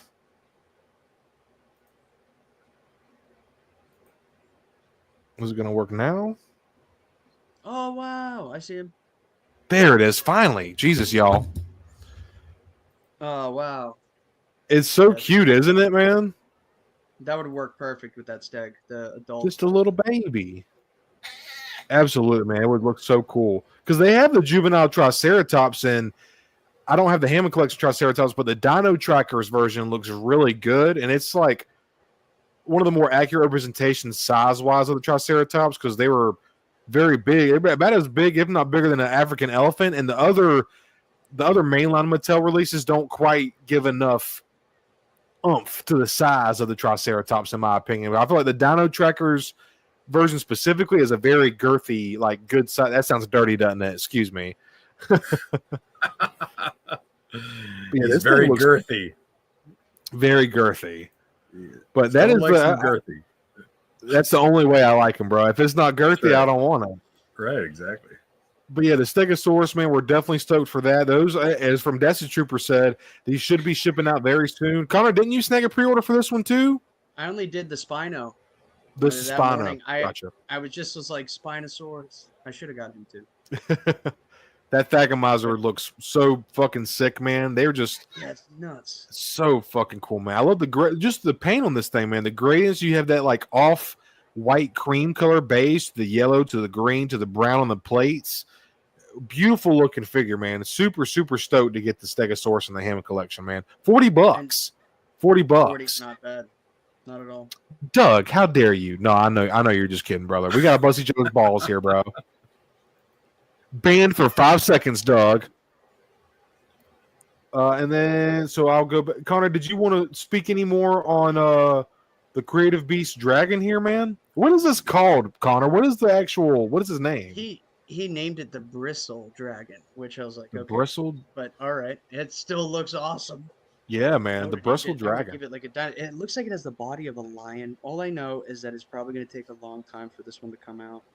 Yeah. I don't know. That's usually how it's been. But now, in recent time, his stuff has been coming out pretty darn quickly. He shows it, and then a couple months later, it's been pumping out pretty fast for him. He's really caught up. And I remember rather a few years ago, he was talking about how he was trying to get caught up. He had so many orders because he was one of the only people that was doing stuff like this. That was doing, anatomically correct, scientifically paleo accurate dinos. It's just great. But now he does other cool stuff. He loves dragons, so I don't know if you guys are sorry if my dog snores. She's a giant monster. Oh, bro, you're good, man. You gotta apologize for that, good, man. Homie. I don't know. I hope this thing comes out soon. I really want it though. It looks awesome. Yeah, dude. It looks so good. And I wanted to show one other thing, man, that I feel like I know me and you were talking about the Pachycephalosaurus from the Beasts of Mesozoic because that thing is gorgeous.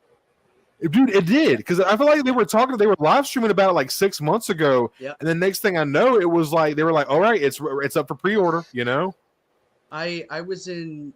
I'm trying to think of which one it was. I think it was the T-Rex. I pre-ordered T-Rex, and it took like 10 months, and I was there at the end. I ordered it at the end. There were people that were the back orders, like the backers rather, like they helped back it, and they ordered theirs even further before mine. It was just crazy. So he's caught up so much. So I don't think we have to worry about that. The mammoths, that's pretty wild. He went way like all out on the mammoths. There's like so many different versions and sizes too.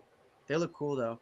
I'm a little disappointed in the Andrew-Sarkis that he has. That's such a cool animal. But my favorite is Antilodont, which is what like a prehistoric pig like from 20 million years ago.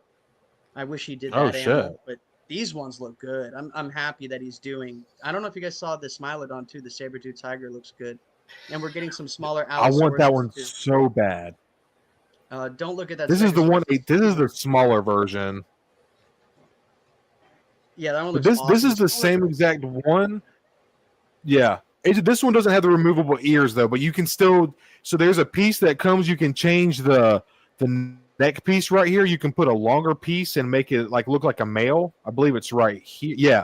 So you can actually change the hair piece. This is the 1/18 scale, so 3 3/4 version, but the 1/12 scale version, it actually has also interchangeable ears. So you can put on the ears that are folded back or they're like face forward, which is fucking just adds to posability, you know. But they also have cool. Don't they have a black version of this too? Yeah. I like the black one. I don't know why I like that one better. Because it's just so weird. I've never seen a black Smilodon. It looks so cool. But I also like the tan one too. You should get both, and then you have a pack. What scale is that saber-tooth and mammoth? There's two different. There's a lot of different scales too. For the saber-tooth, there's one that's larger, and there's one that's I forget what number. Okay.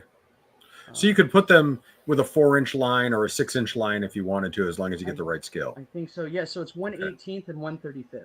Okay, so 1/18 is 4-inch, so that's good. So you could have that pair well with that stuff. Yeah.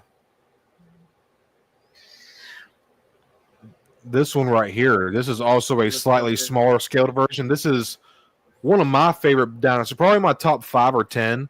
But the paint on this Pachycephalosaurus is, and if you're not familiar, if you've probably seen this dinosaur, you don't realize it. If you ever watched Jurassic Park 2, The Lost World, he's the one that runs into the door and tries to get those guys when they're trying to wrangle up the dinosaurs towards the middle of the movie. But Connor, Hyper, tell me how you're feeling about that. Hyper, I know these are, I know you're not as invested in dinosaurs for this price here. You're kind of like, I don't know how you feel.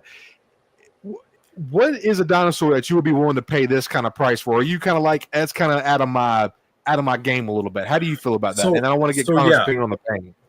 So when it comes to me with dinosaurs, you know, I try to limit it, and I have a really cool not Amber Collection. Is it? No, Amber Collection. Amber Collection 6-inch scale Velociraptor. And I have a couple of small Hammond Collection Velociraptors. And then the ones that Connor sent me, the I can't think of the names of them right now. Oh, PNSO.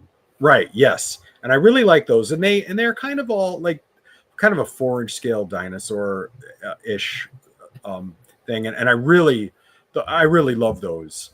You know, I would say, sure, count me in on a $75 dinosaur.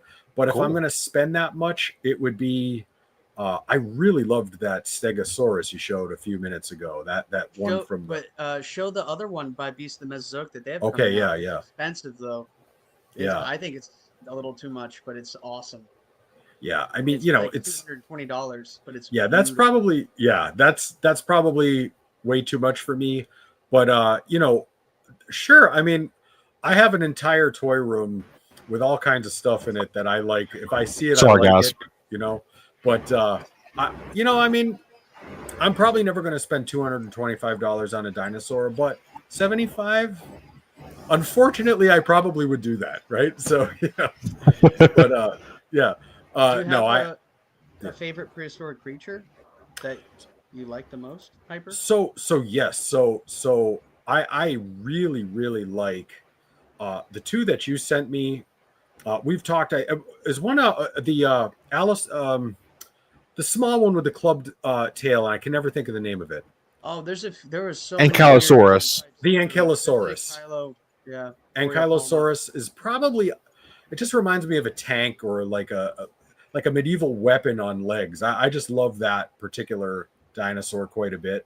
They're just tanks. And then I've always enjoyed the oceanic or waterborne dinosaurs. That Mosasaurus, that gigantic Mosasaurus, is kind of talking to me. If I had the room for it, I would probably get that. And then you just showed the saber-toothed tiger and the mammoth. Now, that's more like what, Pleistocene area? Is that about Pleistocene era animals? Or it's crazy. It depends on what species. Like mammoths were around up until like 10,000 years ago, which is crazy. Right. But they ruled for millions of years. This is wild. Yeah. Almost so everywhere. In many ways, you know, yes, I like some of the more the early mammals are really interesting to me as well. But I mean, the dinosaurs, I mean, everyone that we've seen is a banger. And yeah, I could probably drop money on any of these. We have to show you the Andrewsarchus he made, because that is such a weird animal that not a lot of people know about. It looked like a giant wolf that had hooves. It was related. Its closest relative was sheep, believe it or not. Wow. Okay. Really yeah. Bizarre. That's a very cool. Yeah. It was really interesting. I bet so. The Stegosaurus is really cool looking. Yeah. That one looks to be like one of the better ones you could get, but a 220 is a lot. That's a lot of money. Yeah, that's a lot of money. It's a lot of paint, but damn, $220? Yeah. Yeah. Yeah. And it probably weighs 3 pounds. It'll break a shelf. Right. Yeah. Yeah. Their Ceratopsians are so heavy. $22 non-refundable down payment required. But I wanted to pull this up because I know Connor wanted me to show Hyper. This is one of Hyper's favorite ones as well, the Stegosaurus. This thing, it looks good, man. I like the yellow and the green on it with the outline. Yeah. The paint on this is, and Connor, I've talked to you about this too, man. It's so hard to know where David Silva pulls his inspiration from, but all of these paint jobs, me and Connor talk about this all the time. They pull these paint jobs, or I should say Creative Beast Studios, David Silva, he's worked for NECA, McFarlane, Hasbro. This guy's been around. He knows what the fuck he's doing. Clearly, like the sculpt, Connor said, sculpt work is beautiful. You're not going to find any better articulated dinosaurs and paleontology, like based off paleontology, that are super accurate. Like what he's doing is a passion project, and like I just really fuck with what he's doing. But these paint jobs, like I was saying, he pulls a lot of these paint jobs and paint schemes and color schemes from actual reptiles or animals or amphibians, which I think is really, really cool, you know? So I'm not sure what animal this is from, but I just, you can bet with David Silva that this came from some kind of animal or reptile. Like I said, some animal creature gave him the inspiration for this paint job, you know? Hey, real quick. Real quick. No, sorry. I just wanted to say, Chris G, welcome to the chat. And yeah, that colossal marine dino is wild. That is enormous. It is magnificent to behold. I saw it. He has it? He says he's got it. Yeah, he sent me a picture with the Hammond Collection T-Rex in his mouth. It was fucking hilarious. How big is its head? Is it like a small alligator? Is it like a foot long head? I feel like. Yeah, dude, it really is. It really is. It's gotta be 3 foot long, like you said, Hyper. It's fucking huge. Chris G, that was hilarious, man. Thank you. Yeah, I feel like it was bigger than 3 feet long. I swear, I think it's pushing 4 foot long. You know, I'm scared. Which is for a toy that's like bigger than the sail barge. You know, like that's a big ass toy. You know, I have the giant long neck one, the new one rather. Oh my god, I already forget the name. So you have dude. like the one from Hammond Collection and the Diplodocus too, rather. The Diplodocus is scared of how big they are. Yeah, Titanosaurus rather, the Titanosaurus. Sorry. Yeah, you're gonna love it, bro. To open it. Chris G says it's freaking huge. Yeah, you ain't kidding, man. That thing is big. Oh wow, look at that thing. Okay. I just thought this was interesting, and I have a feeling that Connor knows exactly what the fuck. I can see it says Mongolian says, so I assume this was found in China, Connor. Yeah, that's right. Yep, they always have it in the name. Look at his hooves. Oh, that is wild. Feet. Yeah. Yeah, that is crazy. That in many ways is scarier looking than a dino to me. You know, like I'm trying to remember when he was around, but that was a long time ago. Like I'm thinking like 19 million years ago or something like that. Oh wow, okay, yeah. wow, Definitely dude, holy shit. That is crazy looking. It's like one of those flip books when you had when you were a kid that you could just make, you know, 3 different animals. Even more than 20 million, it was 35 million years ago or more. Wow. So it was an old. Wow, holy animal. shit. Yeah. That's when they looked really creepy looking. And he was big. Damn, yeah. dude. Yeah, I thought he had the shoulder. Yeah. They have a rendition of him at this. I've seen pictures online of him at this museum, and he looks like he's like 9 feet tall at the top of his back. He was huge. They got holy shit. Holy fuck. Scary. Yeah. So you're talking about like almost like nearly rhino size, maybe. Yeah, it was giant. It was a giant meat eater too. Pretty crazy. Wow. Damn, dude. And I don't know where Very they got interesting. it related to sheep, but that's what they Yeah. say. That's crazy, man. Wow, that is Somewhere down nuts. the line, sheep used to be really crazy and badass, and then they branched off into right. crazy. And I was wanting to pull up one more. It was the Allosaurus. I feel like Connor. I feel like you pick up pretty much all the theropods. There's the Daspos. That how do you say that, Connor? Yeah, Daspletosaurus. It was a type of Daspletosaurus tyrannosaur that lived in North America. There was a lot of different types of T-Rexes that lived in the U.S. It was pretty cool. Actually, all over the world. It's kind of neat. Wow. Yo, I like the yellow and the. Yeah. Smaller than the T-Rex. He was smaller than a T-Rex, but not by much. Yeah, still a formidable adversary and predator, I'm sure, man.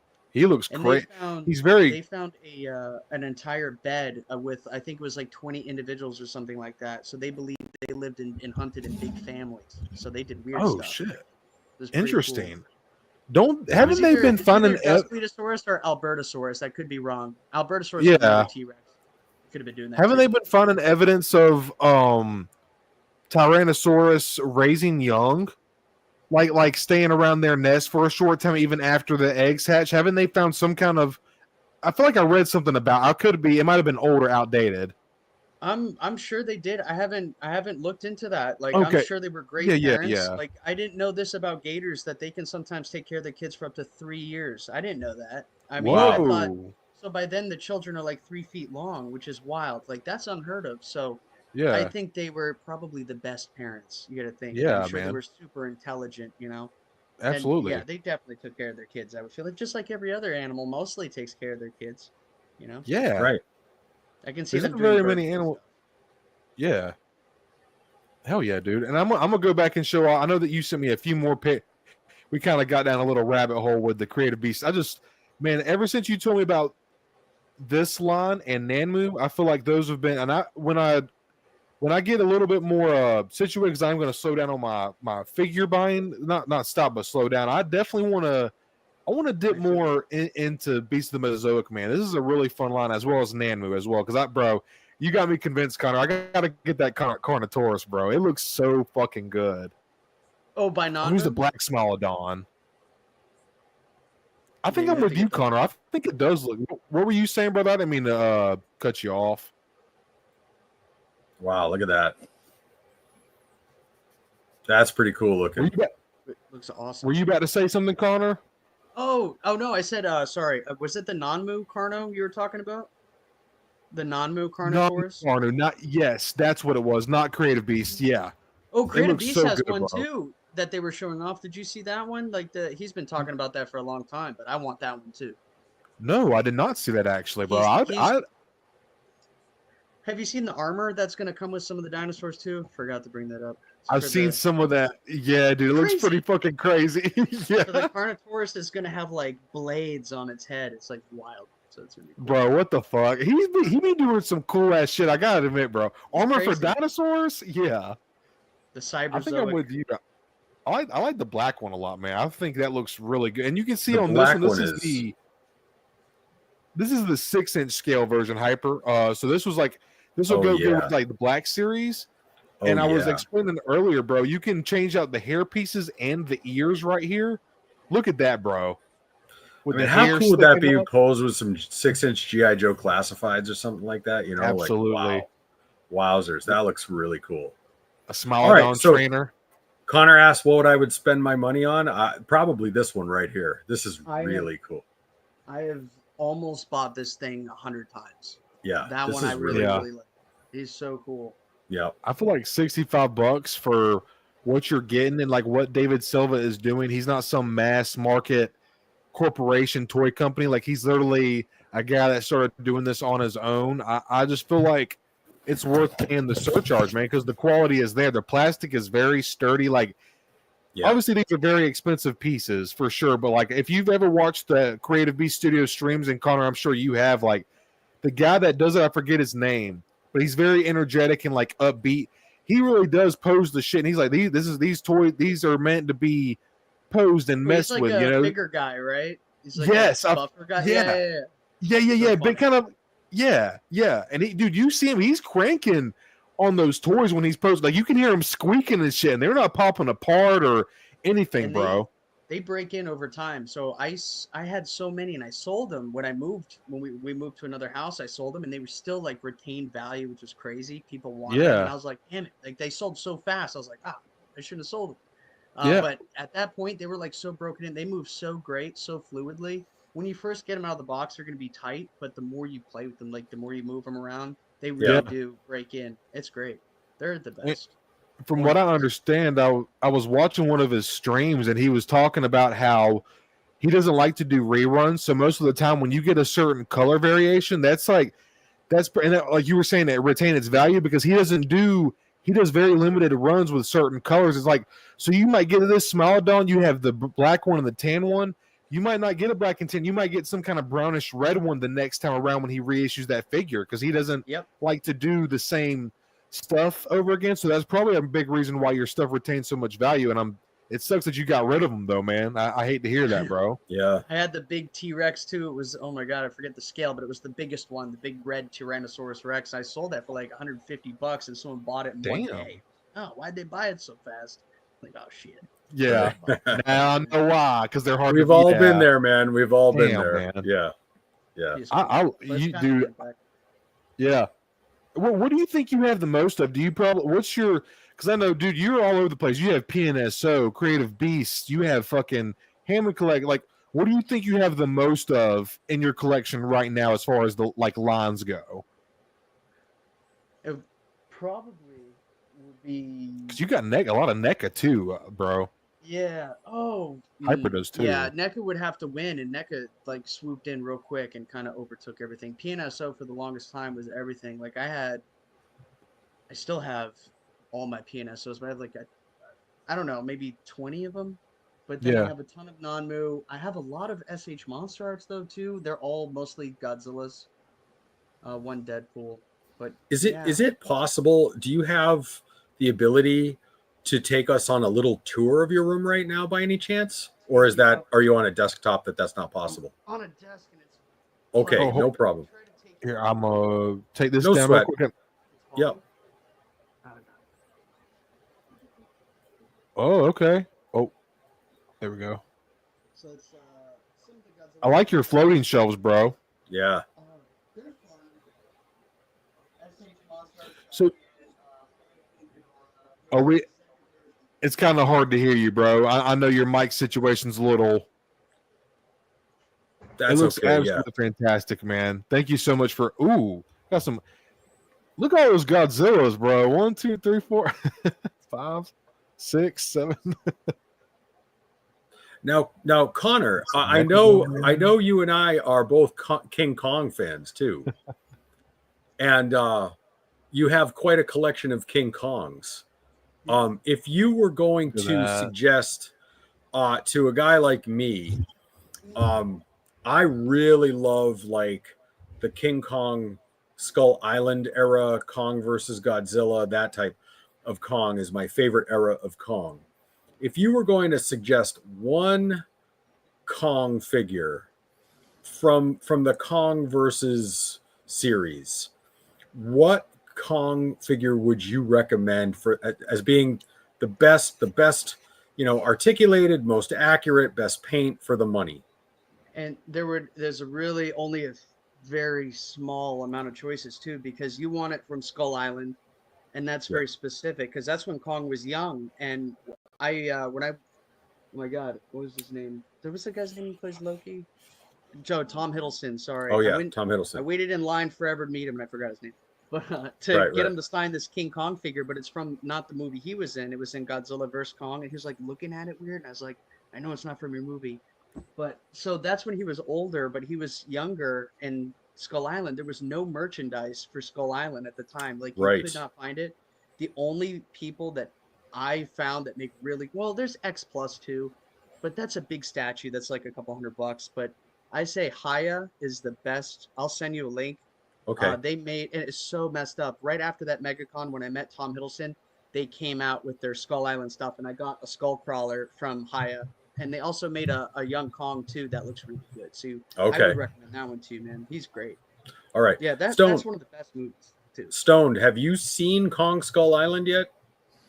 Is that a new one, or is that the old one with Jack Black? No. This one is Samuel L. Jackson, Tom Hiddleston. Great movie. Tom Hiddleston was in a Kong movie? Yeah. I thought like Loki, right? Yeah. And you have to wait, and you have to watch the after credit scene too. Yeah, because this is, in my opinion, that movie is the best Godzilla movie ever made and Godzilla's not in it. It's so it's like crazy. It's just missing him. That movie is so good. So you have to see that movie first, and you have to see Monarch: Legacy of Monsters. It all ties in together. Then Godzilla 1, the 2014 one rather, and then King of the Monsters, Godzilla vs. Kong, Godzilla X Kong, and then we have a new one coming out in 2027. What are y'all watching on, like HBO or Netflix, or where can I'm sure I can find it.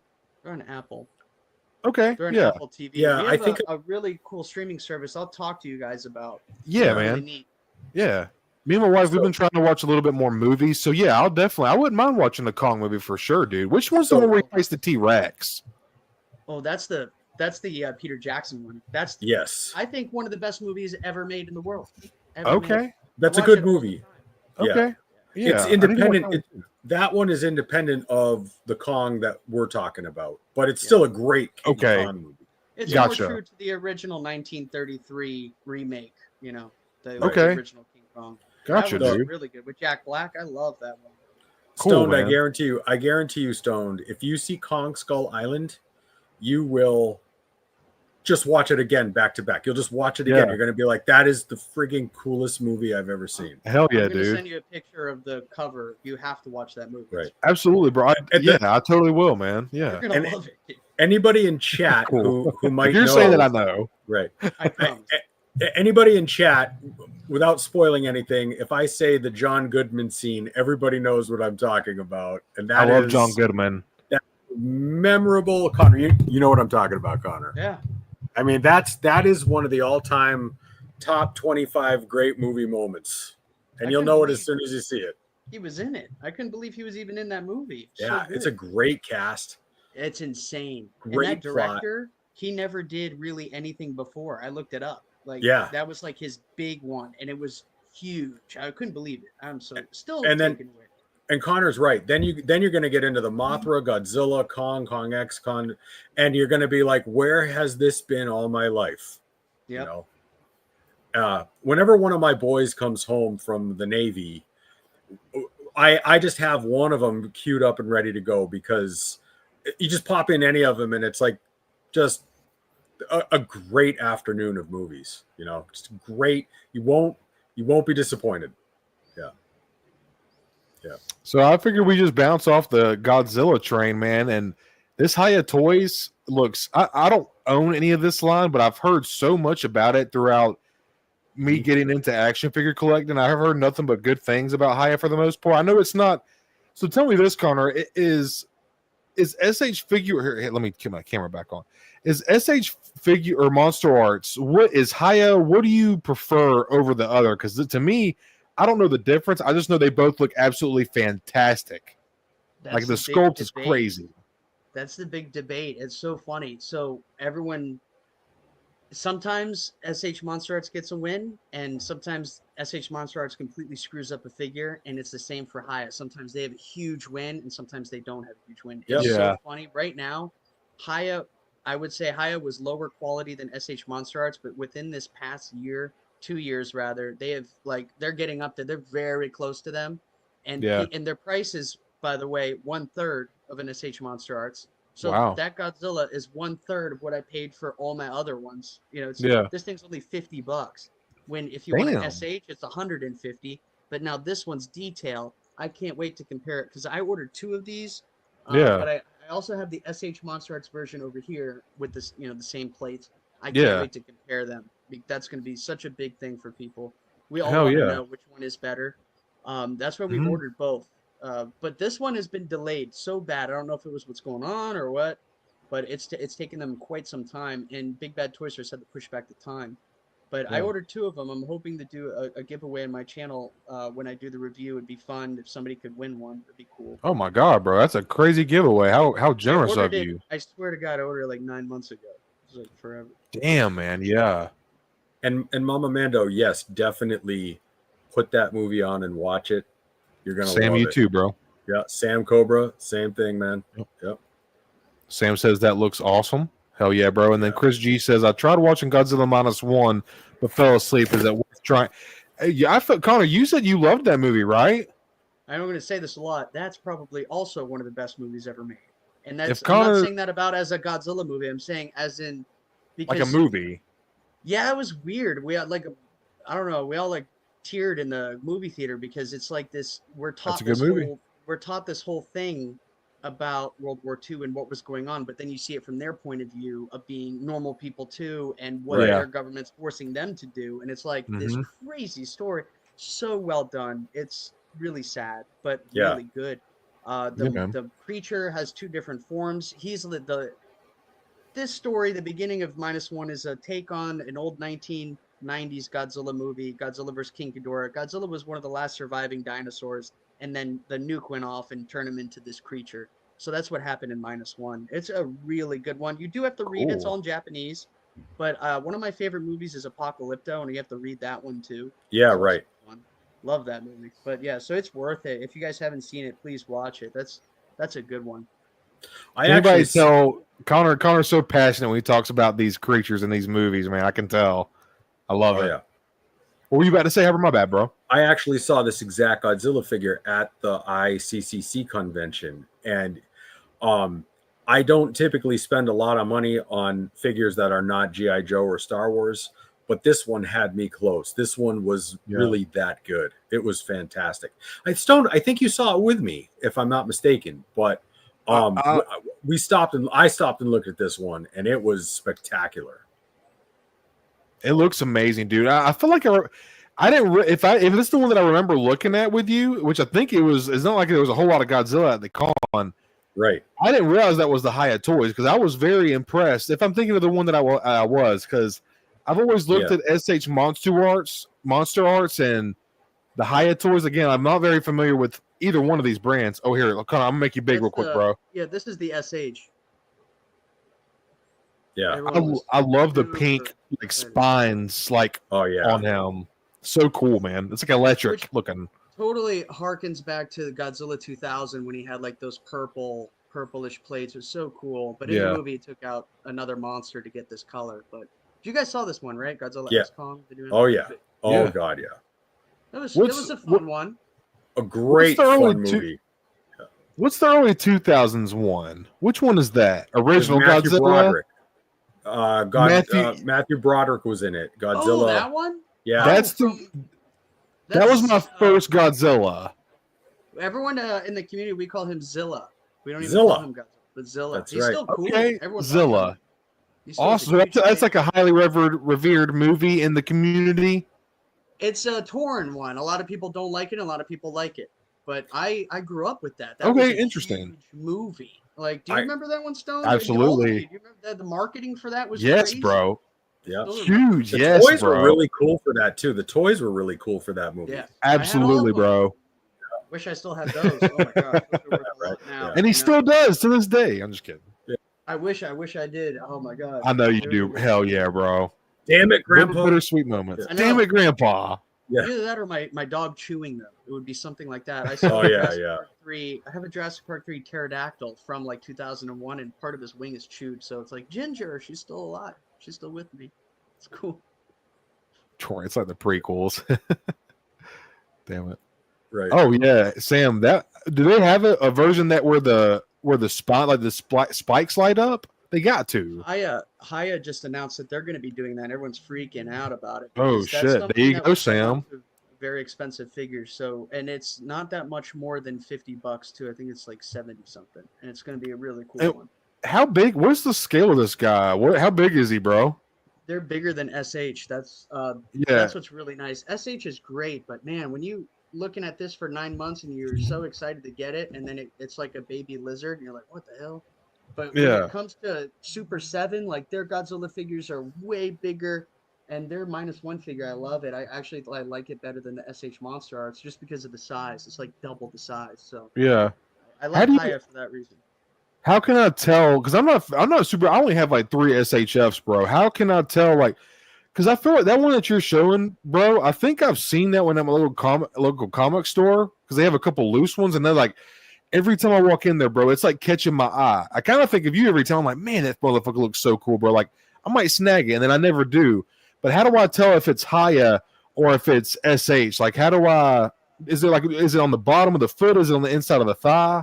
Oh, you'll see on the box. Like the box will say Haya, and what's so funny about Haya gets the English spelling wrong all the time.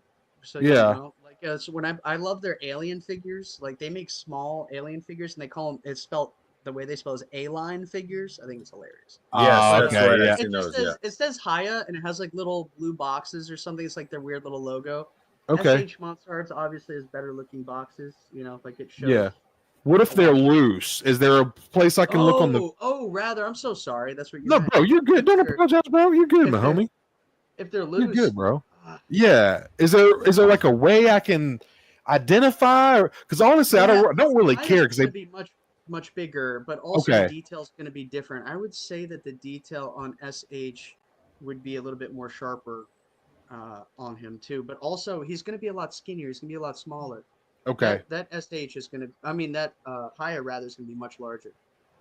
He looks so badass though, bro. He's awesome, but you'll know it's him if he's super short. Okay. I think Like you know. 6 inches tall or something. Okay. I think that's the one that I've seen, man. I might pick that up eventually. His tail is amazing. It's like one of the best SH monsters tails. Awesome. It's great. You know, someone who is asking about the light up feature, you know, there's one on the toy shelves right now at local retailers. And if you're just looking for a Godzilla that lights up from the movie, the Mattel Kid version one is really cool. It's like $18.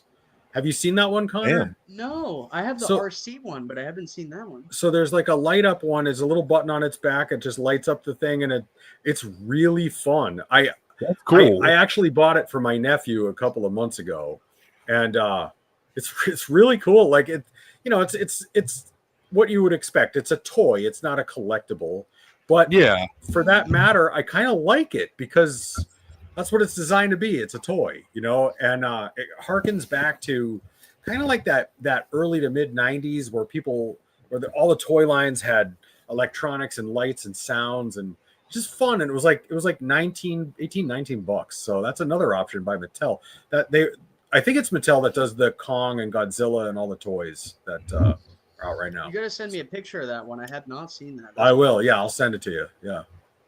I pre-ordered something that lights up. That's going to be really neat when it comes, but it's going to be many more months from now. But right. Okay. Yeah. If I can find a picture of it, definitely. Or you know what? I'll just go across the street. My nephew lives over there. I'll just drag it out and take a picture of it one day. So, yeah. Oh, that's awesome. Yeah. So, yeah. So you know what? I have a question for you, and it's more movie based than toy based. And so for those of us who, like me, I really have loved all the Jurassic Park movies that I've seen, but I'm not sure if I've seen all of them because, to be honest with you, when the first ones came out in the 90s, I only ever saw the first one and I loved it. I never saw 2 and 3. I did see the ones from about 10 years ago, and I enjoyed those with Star-Lord in them. I thought those were fun. So is this movie Rebirth? So you have that toy that kind of looks like a beluga whale, that dinosaur that kind of looks like a beluga whale. Mosasaurus. So yeah. Is the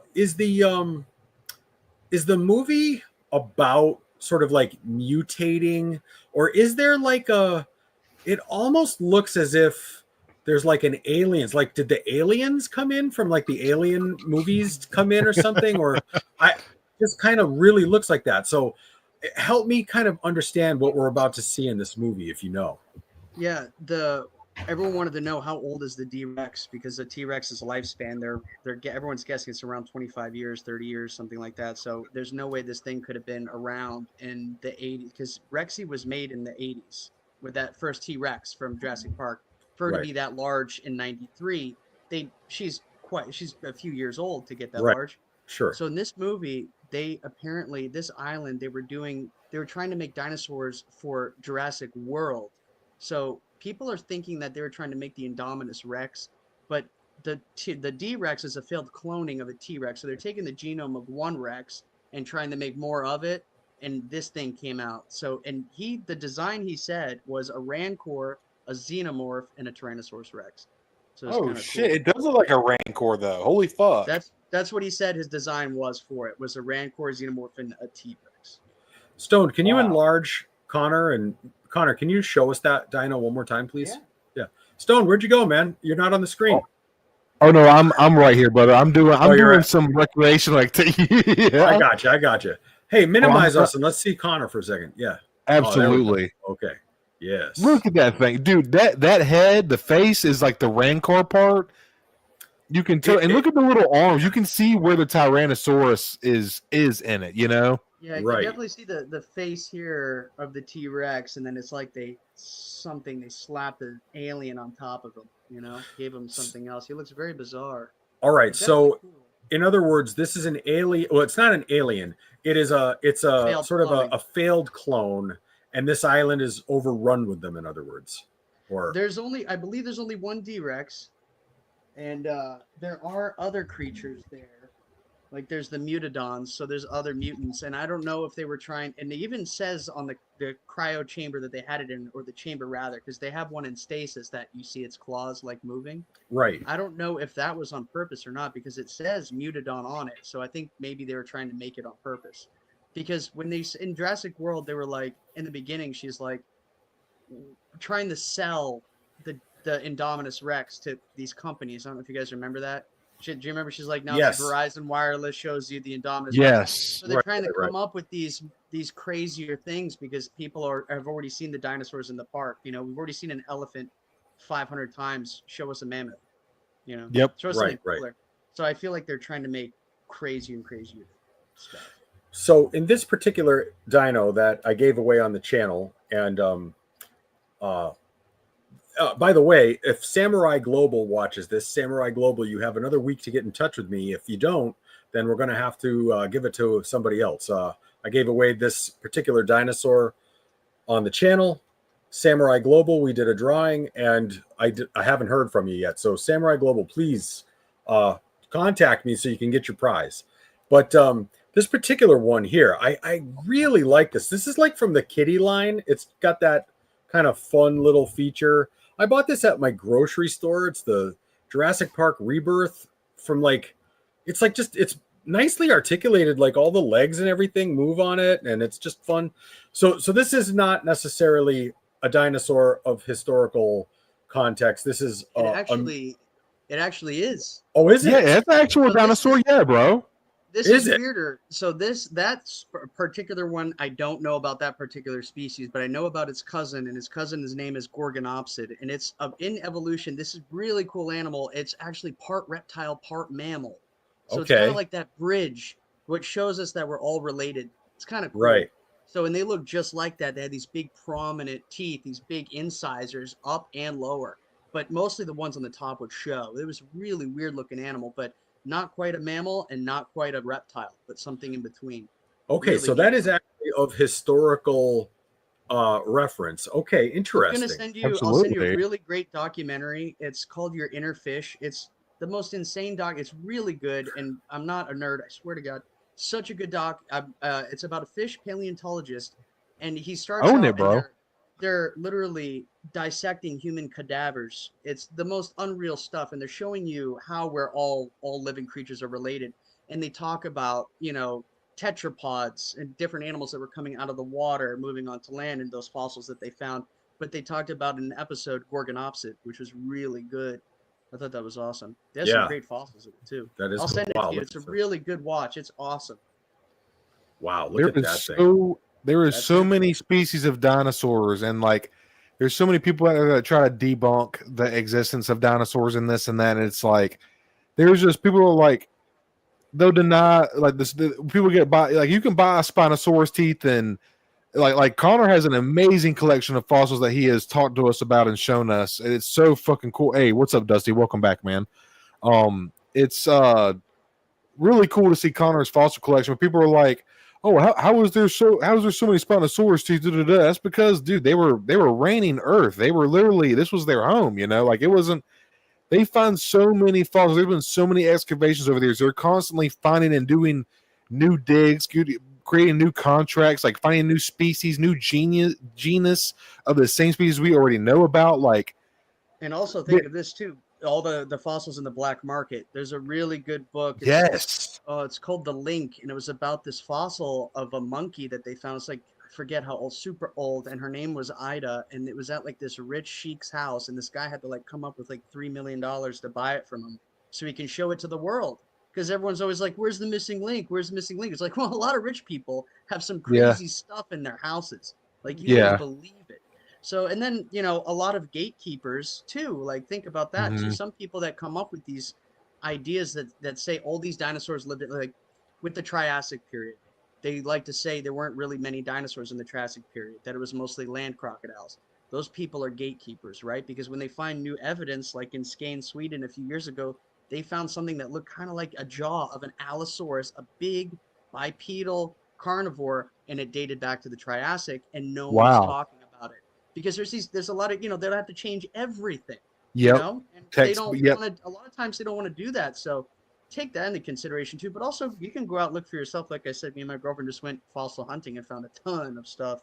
So they lived here for a long Connor, time. it'd be so cool if you can make it to ICC to meet me and Hyper in person. And bro, if you ever get to make it, you and your girlfriend, it would be so cool not only to meet you in person, but bro, we got to go check out that fossil place. You and Hyper, y'all are gonna go banana. If we ever get to go there, y'all are gonna love this joint, man. And like what they're doing, they've been where they're at. They've been doing the place for about 10 years now, but they actually have digs going on in Montana right now. And bro, Hyper, Connor, they had an actual Triceratops skull that the dude was actually like, he had all his Dremel tools and he was actively excavating, like removing rock. And Connor, you would have jizzed in your pants, bro. Hyper, you would be like screaming, Stone, get over, like y'all. It was the coolest shit. And being in there, they have this, Connor, and I told Hyper, I was glazing this place to Hyper when we went to dinner the following Sunday after, and Connor, they have this huge 31-foot Tyrannosaurus specimen named Frank, bro.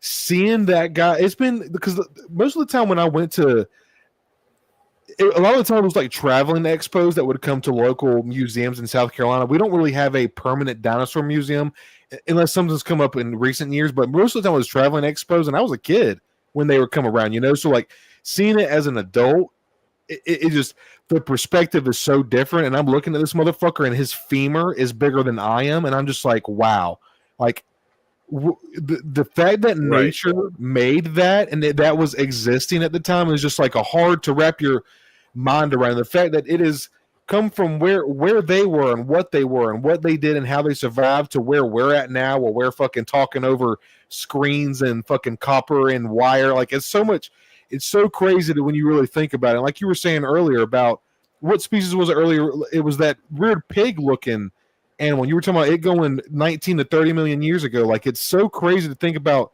There's some religions like, and I don't want to get religious or anything and disrespect anything, but there are some religions that think the earth is only like 5,000, 10,000 years old. And that's just such a joke because the earth is so, Mother Nature is so much more grand and ancient and old and majestic than that. Like it's so mythical.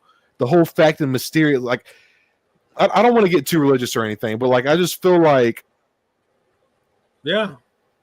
I don't want to get too religious or anything because I'm not a very religious guy. I don't care if you're Christian, Hindu, Buddhist. I don't care what you are, but I just feel like when you're closer to nature, you're kind of closer to I'll say the creator. I don't want to say God or anything. Again, I will never deny God. I want to make that clear. I will never say he doesn't exist. I just have a very different outlook on things. But it's like when you get close to nature, like Native Americans, man, they had their connection to nature and the creator that they call it. Their religion is very special and their stories have meaning and morals. Just like every religion has stories and meanings and morals. But I got a little sidetrack going off religion. I'm going somewhere with the dinosaurs. Just the fact that I was talking about, there's a saying like, how does it go, Connor? That we live closer to the time of the Tyrannosaurus Rex than the Tyrannosaurus Rex lived to the Stegosaurus. Yeah, I was going to say that earlier when you're looking up the figure. I was going to be like, isn't it crazy the T-Rex was closer to like the Saturn V rocket than Stegosaurus? It's insane, bro. Way closer. Yeah. By a lot. It messes with your... They reigned for a long time. More than 150 million years. Yeah. It's crazy. It kind of blows your... Probably longer. Probably longer than we even realize, bro. Yeah, absolutely. And it kind of like, when you think about it like that, it really blows your depth of time perception like out of the water. You're like, holy shit, how old is this rock in the galaxy? Like it's just crazy to me, man. Like the fact that we can figure out there's something like carbon dating and stuff, it's so interesting. The fact that we can see something and figure out paleontology in general is very interesting, and people always get it mixed up. Like paleontology is the study of dinosaurs. It's the study of ancient artifacts and history. That is paleontology. Like technically, fucking Indiana Jones is a paleontologist. Like he is, Right. He might be excavating dinosaur bones and digging shit, but like he's exploring and like learning and preserving ancient forgotten history and like uncovering secrets. And like what people are doing now with the technology that we have now with just down like the little bit of stuff that we found out just in the past 5 to 10 years with dinosaurs. I think you could even maybe call it 20 ever since Jurassic Park kind of expedited the whole. Jurassic Park really brought the attention to dinosaurs, because before that there was a couple of dinosaur movies like throughout the 1930s and 40s and stuff like that, like clay motion, stop motion stuff like that, like old movies like black and white and stuff like that. And like I forget the guy's names. Connor, you're probably familiar with it. It's one of the earliest drawings of very popular artist, and he was one of the first guys to actually illustrate dinosaurs. Very well known. Oh my god, no! But I know what they looked like. They looked like giant lizards with horns on their heads. And they looked really funny. Yeah, and how much has that changed? In man, it's so crazy, man. Straight, which looked funny. Yeah, they were standing up straight, not horizontal, and and now we're learning, like, we have skin impressions, we have feather impressions, we're discovering different parts of bones and like stuff that we were finding years ago. Like we have a femur, a part of a jaw, and then like part of the back of the skull. We're like, all right, this is kind of what we think this looks like. And then like years later, we find little bits of more of the jaw and the skull, and then it's like, oh, this goes here. And then we start we're basically reconstructing what we think it looks like. Obviously, pigmentation is, which actually I read something the other day, and Connor, you're probably aware of this too. They're actually doing something. I covered it in one of my reviews. They're doing they have some technology where they can see, I forget the actual name of like the scientific terminology, but they're starting to figure out what kind of pigmentation dinosaurs had through the skin impression, through like, there's bits of cells. I forget what the actual name is, but they're able to extract these cells, and through the extraction of those cells, they do some process. Then they can actually see what color the dinosaur's skin, or what their skin was, because people often get that misconstrued sometimes too, Connor, is reptiles are not dinosaurs and dinosaurs aren't reptiles. They kind of, they get commingled and bunched up a lot, but they are actually two totally different things. Yeah, they're their own thing. Well, Connor, several minutes ago you mentioned something that was very interesting, and I can confirm. You said that many wealthy people have a lot of things in their home that people like us wouldn't even believe, right? And because money can buy you all kinds of things. It can buy you more than Lamborghinis and villas in Italy, right? Like there's a lot of things that money can buy, and some people have very peculiar collections. And for people who don't know, I'm a hospice nurse, and before I did my triage phone job, I was out in the field, and I would go to people's homes and take care of them, hospice patients. And we have a very wealthy town not far from me. And in this town, there was this family, and I got called to their home one day. And this is a hyper moment. We're just pausing for a hyper moment here. But you're good. So we go in, and I walk in, and it was this incredibly modern house. The house was a very, very sort of modern, very austere looking. It reminded me of like a public building in like 1975 Berlin, like very, very cement, angular, not very attractive, but this was their home that they made. Project. And I go in, and I realize that it's actually a museum. Their home is like a museum that they live in. And along the wall of this one home, of this one wall of this living room, there were about 6 or 7. It reminded me like Iron Man's Hall of Armor. There were these sort of like closets with lighting, and they had plexiglass on them, and inside each one was an old suit of samurai armor and their sword. Shit.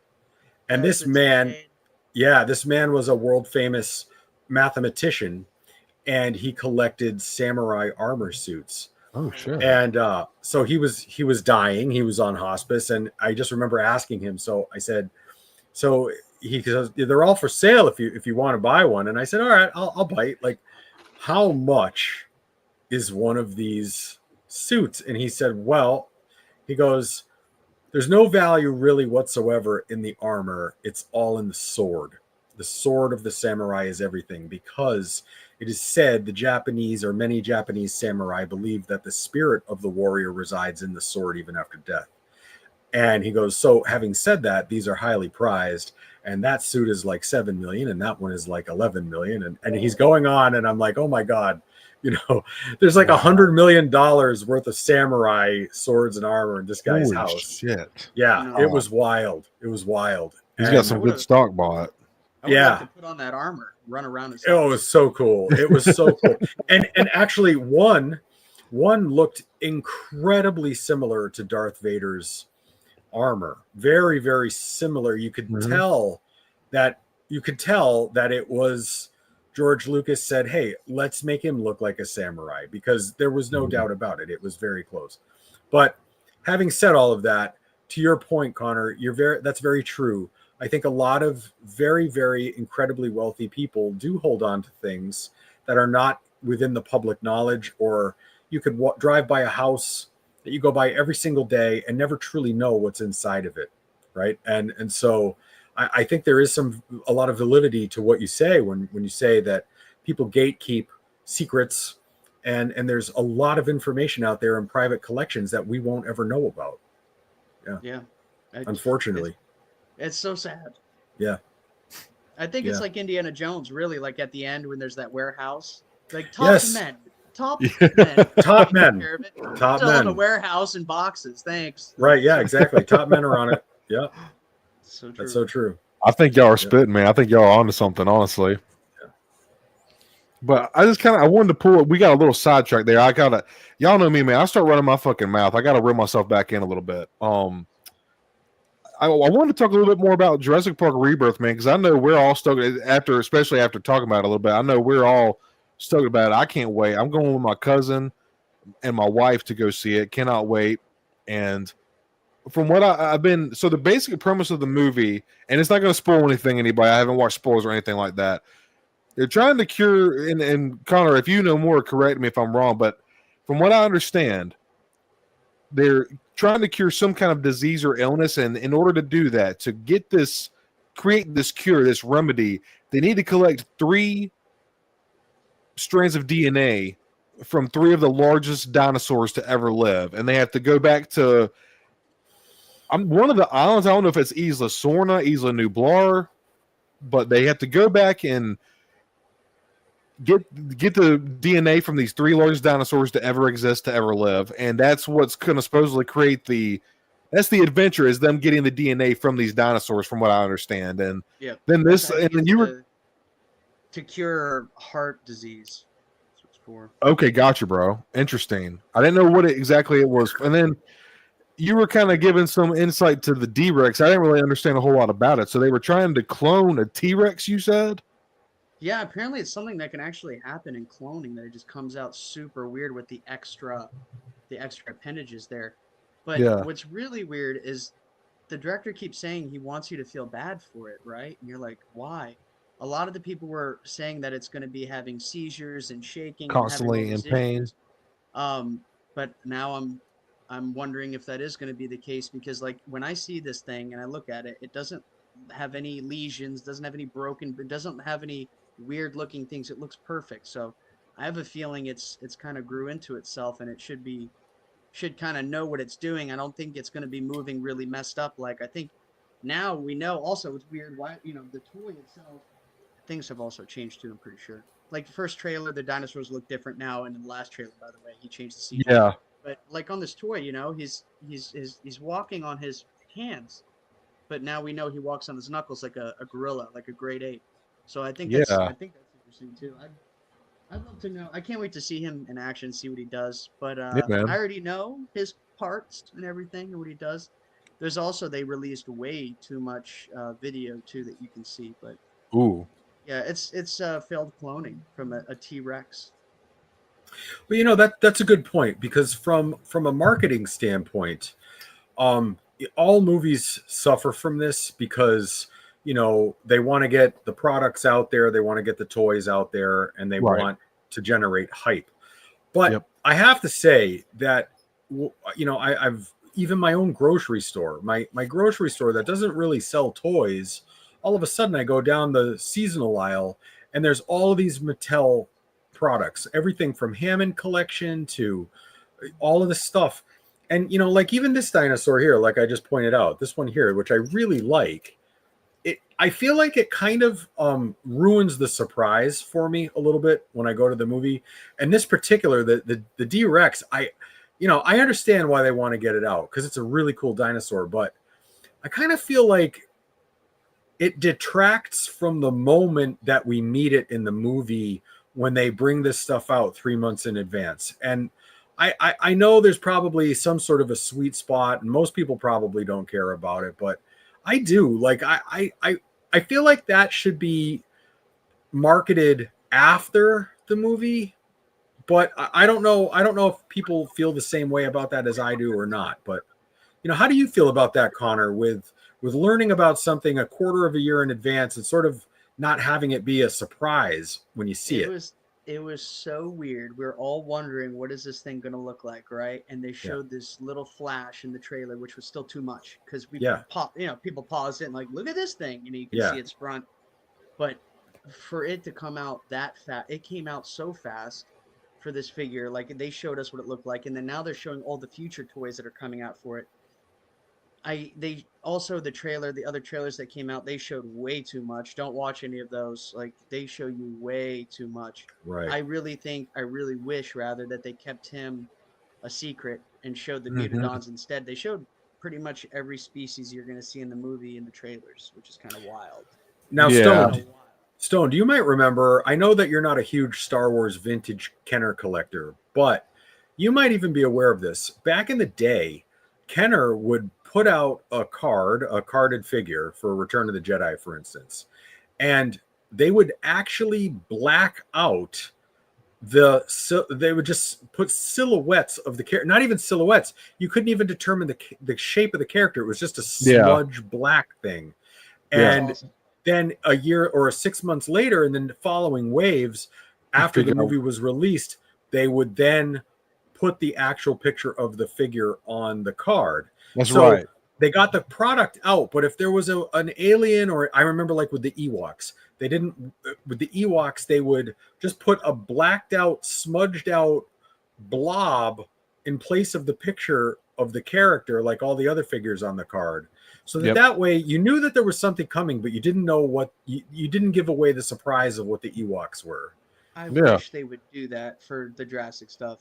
I feel kind of like, all right, so now we're going to see it. I'm going to go to the movie and it's going to be awesome, but the surprise is gone. And I feel like that's a bit of a shame, you know? It's, I can't believe how much they showed.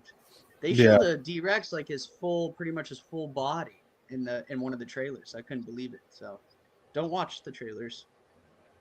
I like how like the hype for Phantom Menace, all the merch that was coming out, and obviously I was a kid, but like even I remember Attack of the Clones, Revenge of the Sith, man, like seeing the collection stuff, seeing the fucking Revenge of the Sith, Darth Vader card backs. Like I think it's cool when they get this stuff released out for the movie because it builds up hype and stuff like that. But as far as the surprise goes, like your guys are kind of hitting it on the head, and the fact that they've showed, like you said, the trailers, I didn't even realize that they had showed every species and that's going to be in the. It's kind of.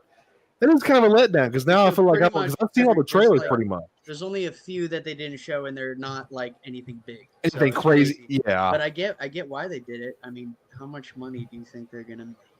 You know, from just the toys. Yeah, that's what makes all their money. I'm pretty sure they probably already made $1 gajillion. You know. Oh, dude, yeah. Well, you know what's interesting? Bro. What's interesting is the many people in the chat do not like the design of that dinosaur I'm reading. Oh wow, I didn't see. And so, there's many people who say, I don't like it. It's a stupid design. And so I think sometimes releasing it can do two things. Yep. You know, sometimes you put out a really awesome figure. And then we've had instances where I'm thinking of like Constable Zuvio from the Force Awakens line. They made a Black Series figure. He's like number 7 in the line. They never even showed him in the movie. They cut all the footage out of it. But here we have a fleshed out, marketed figure of both 4-inch and 6-inch lines that never came to be. And of course, they rotted on the shelves forever. It's a cool design figure, but it wasn't in the movie, so nobody wanted it. Yeah. Then you have D-Rex here, and it could go either way with D-Rex. Like he could be really cool, but they could cut him from the movie in the final cut, or he could not be a cool looking figure but be awesome in the movie and still suffer. So it's almost like they can't win, but I still think that the element of surprise is really important for the theatrical release as opposed to just marketing, you know? Yeah. But yeah, No, absolutely. And I think, Connor, you said something earlier about the director wanting you to feel bad for the animal. I've seen where there's one of the it might be the one you have, Connor. Doesn't it kind of go into like a seizure after it does one of the roars and shit? It does, yeah. It shakes, and I'm like convinced. Is that What the fuck is this? one of the people? I don't want to say anything. It might be a way it just grabs somebody and just shakes them to death like a dog. okay, I got you. that makes sense. That makes a lot of sense. Because I feel like I heard somebody say that it's always in pain or something like that because of the failed cloning process. Everyone's been saying that too. So yeah, here's what's really weird. We're promised something that was supposed to happen in this movie, and after the reviews I heard it was not. It didn't happen. So this movie got made so fast. We couldn't believe when it was announced. It took them they told us, oh, it's done already, and then now you have 6 months until it's out. It was crazy. They made this movie so fast. And then when you watch that first trailer, you can look it up. You see what the Titanosaurs look like compared to the last trailer. He's completely changed what the faces look like. He's even changed some of the sets in the back, which is wild on some of these shots. So he did something like that before to us in 2014 with the Godzilla movie. The freaking trailer shows this centipede monster thing with multiple arms. They show a part of its body. It got cut from the film. It was never in the film. It ended up being a different monster. So it was so weird. And I want something to happen at the end of this movie that I know isn't going to happen. But we were told it was going to happen. And actually, we were told by the director that it was going to happen. So these people better be lying about the reviews, and this thing better happen at the end of the movie. But either way, it's just I think they made it really quick, and like they're able to change. It's CGI. There's no real practical, so he can change stuff super fast if they have to. Yeah.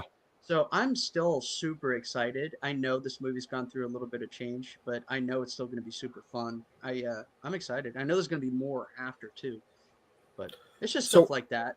Are you guys, and also in the chats as well, are you guys worried about the time release? Did they make it too quickly? There is sort of a fine line between getting something out there to meet need and then rushing something and it's not ready. Where do you stand on this, you guys? You talking about Rise of Skywalker, bro? No, I'm talking about this movie. I was kidding, bro. I know. I'm just joking. No, I'm just playing, man. Yeah, right. Are you taking you? No. I'm actually no. Rise of Skywalker is. Oh no, bro. You got me hesitating, Connor. You're right. Is that Force Awakens is. Yeah, Rise of Skywalker. Force Awakens is. I like Force Awakens. Honestly, I can put that on and have fun. Honestly. Oh yeah, I like it too. And first one, right? Force Awakens was yes, the first correct. I don't like to talk shit because I know people like your wife. There are people out, or I'm sorry, your girlfriend. There are people out there who so I try not to really. I don't like to talk bad about them, And then my mom Amanda really likes Ray. They suck. Connor said, "Fuck that." I thought Kylo Ren was good, and I mean, I like him as an actor, but then I don't know. When I rewatch it, I'm like, oh, I don't know. He's cool though. So it was all right. Yeah, Kylo Ren is definitely a cool part for the sequels for sure, bro. Yeah, cool design, And Adam Driver kind of I feel like he really delivered in that movie. There's some moments that people have turned into memes, like more like that, But overall, his performance in that movie, I really kind of fuck with Adam Driver, honestly. He's a great actor.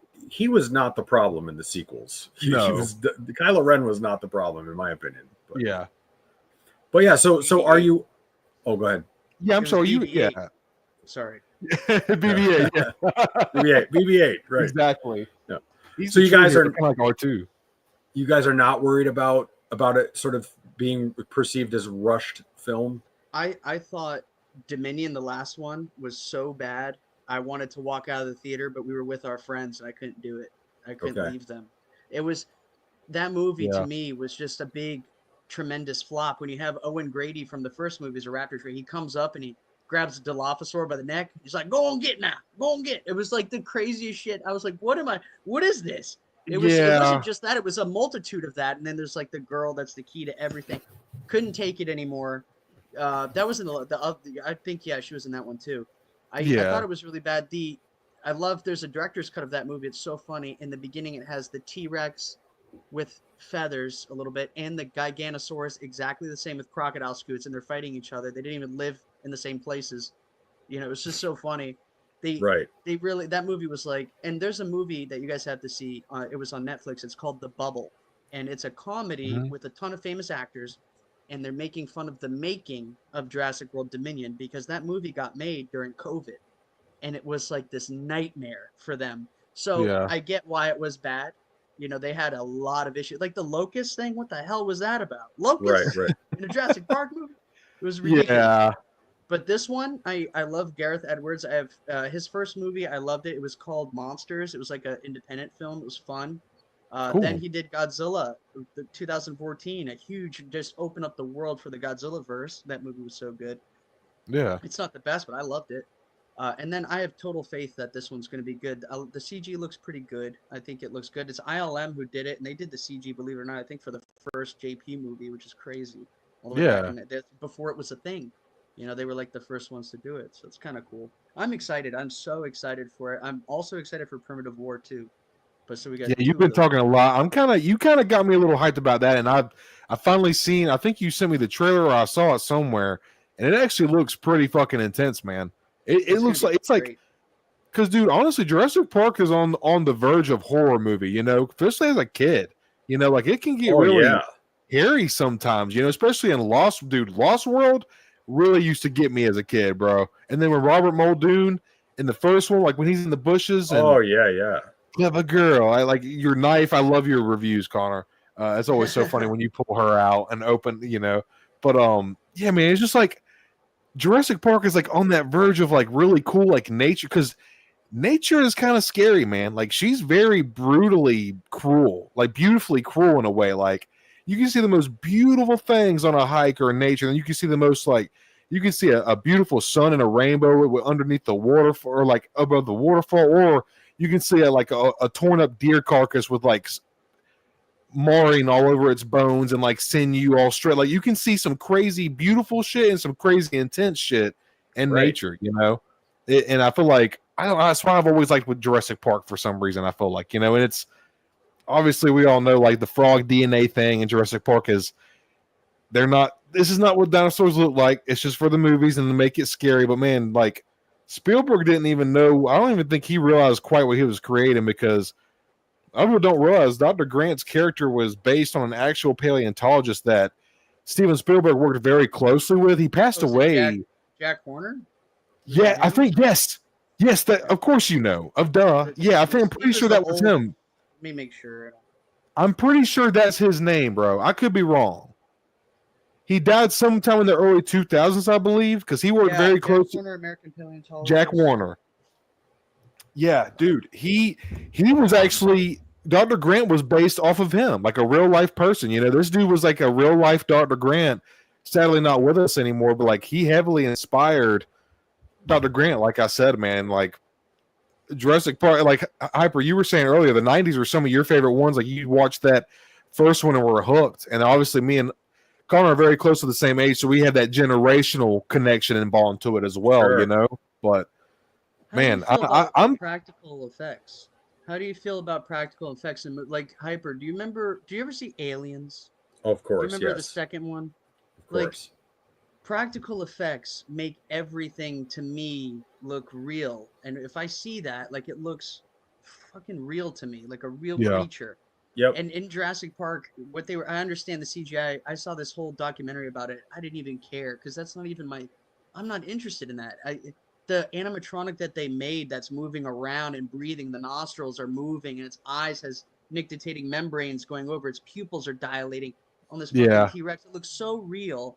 It's like, why, if we're giving you, and how much did that movie cost to make? I know it cost a lot, but still, we're costing more for movies now, and we can't get that same stuff. Just blows my freaking Yep. mind.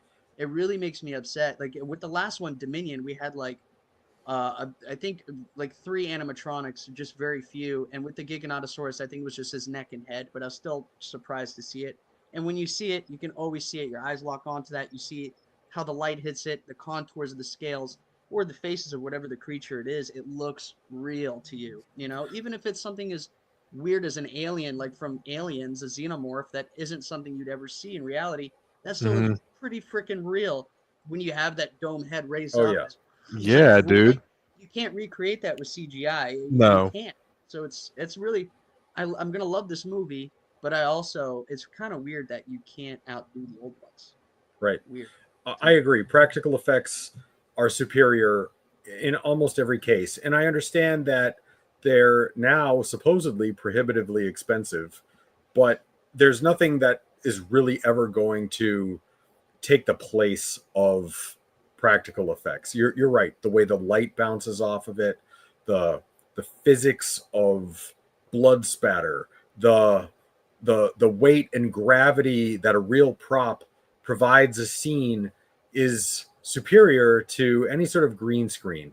And I know that green screen technology has, you know, improved tremendously over the decades, but still in all, you can always tell, and I will always prefer a practical effect, which is why, so like me as a diorama builder, there, I can always tell, as like I said, I own a 3D printer.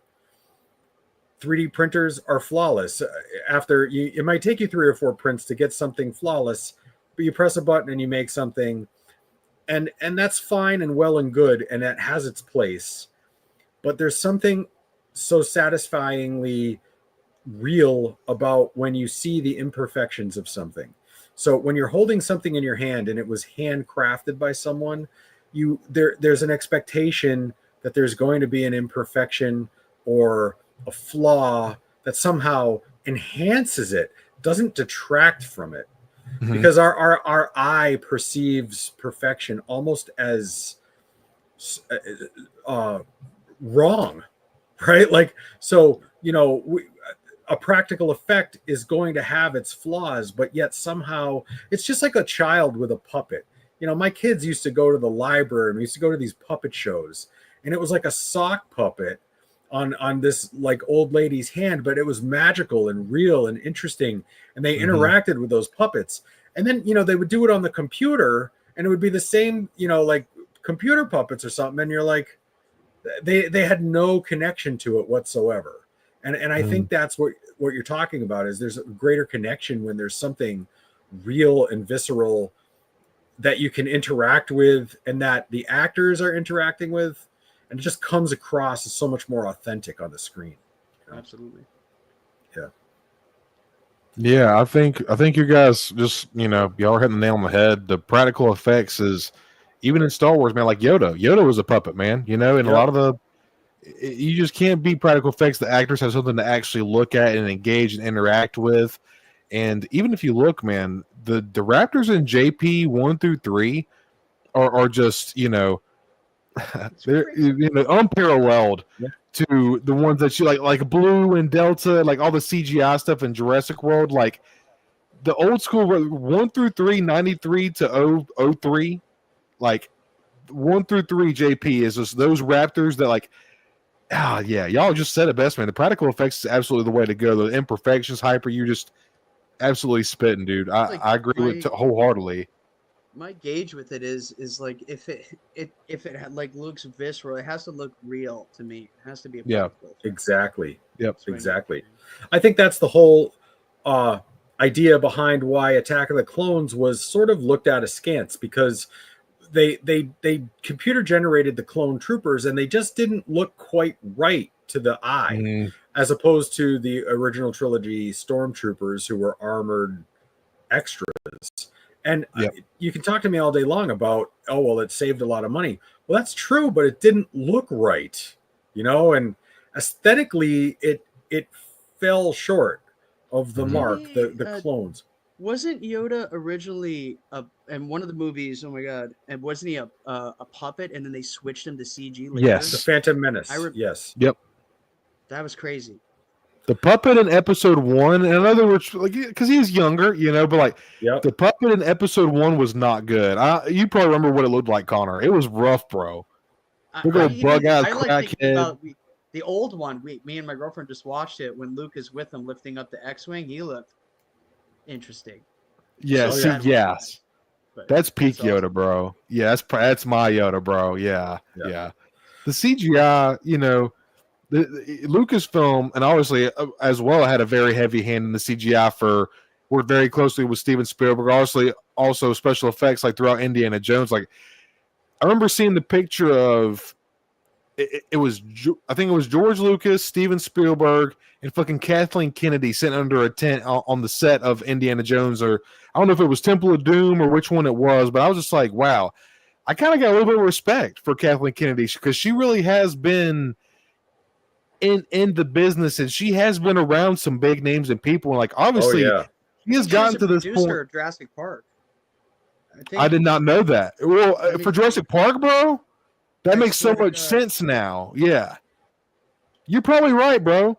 As a producer, man, she's done so many movies that like people just don't even realize. Like she's done some questionable things as president of Lucasfilm. Like we all know. I'm not gonna shit talk Kathleen Kennedy. Like she's not the sole reason Star Wars is the way it is. Like the divide and shit. But she's really been around, man, and she has been had a lot of like game and cred in the community for quite some time. I just remember seeing that picture and I'm like, damn, that's kind of fucking cool. Says her first film she produced was E.T. and then she did Jurassic Park franchise. It's kind of crazy. Dude, I didn't know she was part of E.T. Hate her no matter what she does now. No. Right. Respect, bro. That's and then supposedly War of the Worlds too. Are y'all familiar with? I'm not familiar with that. Are you guys? Oh, she did that one, the 2005 with Tom Cruise. That's a fantastic movie. That's crazy, dude. She's, she deserves some respect for sure, man. She gets a lot of flack, I'm guilty of it. I used to, because she still is. She's the face of Lucasfilm. She's the president. She still does carry some weight. So at the end of the day,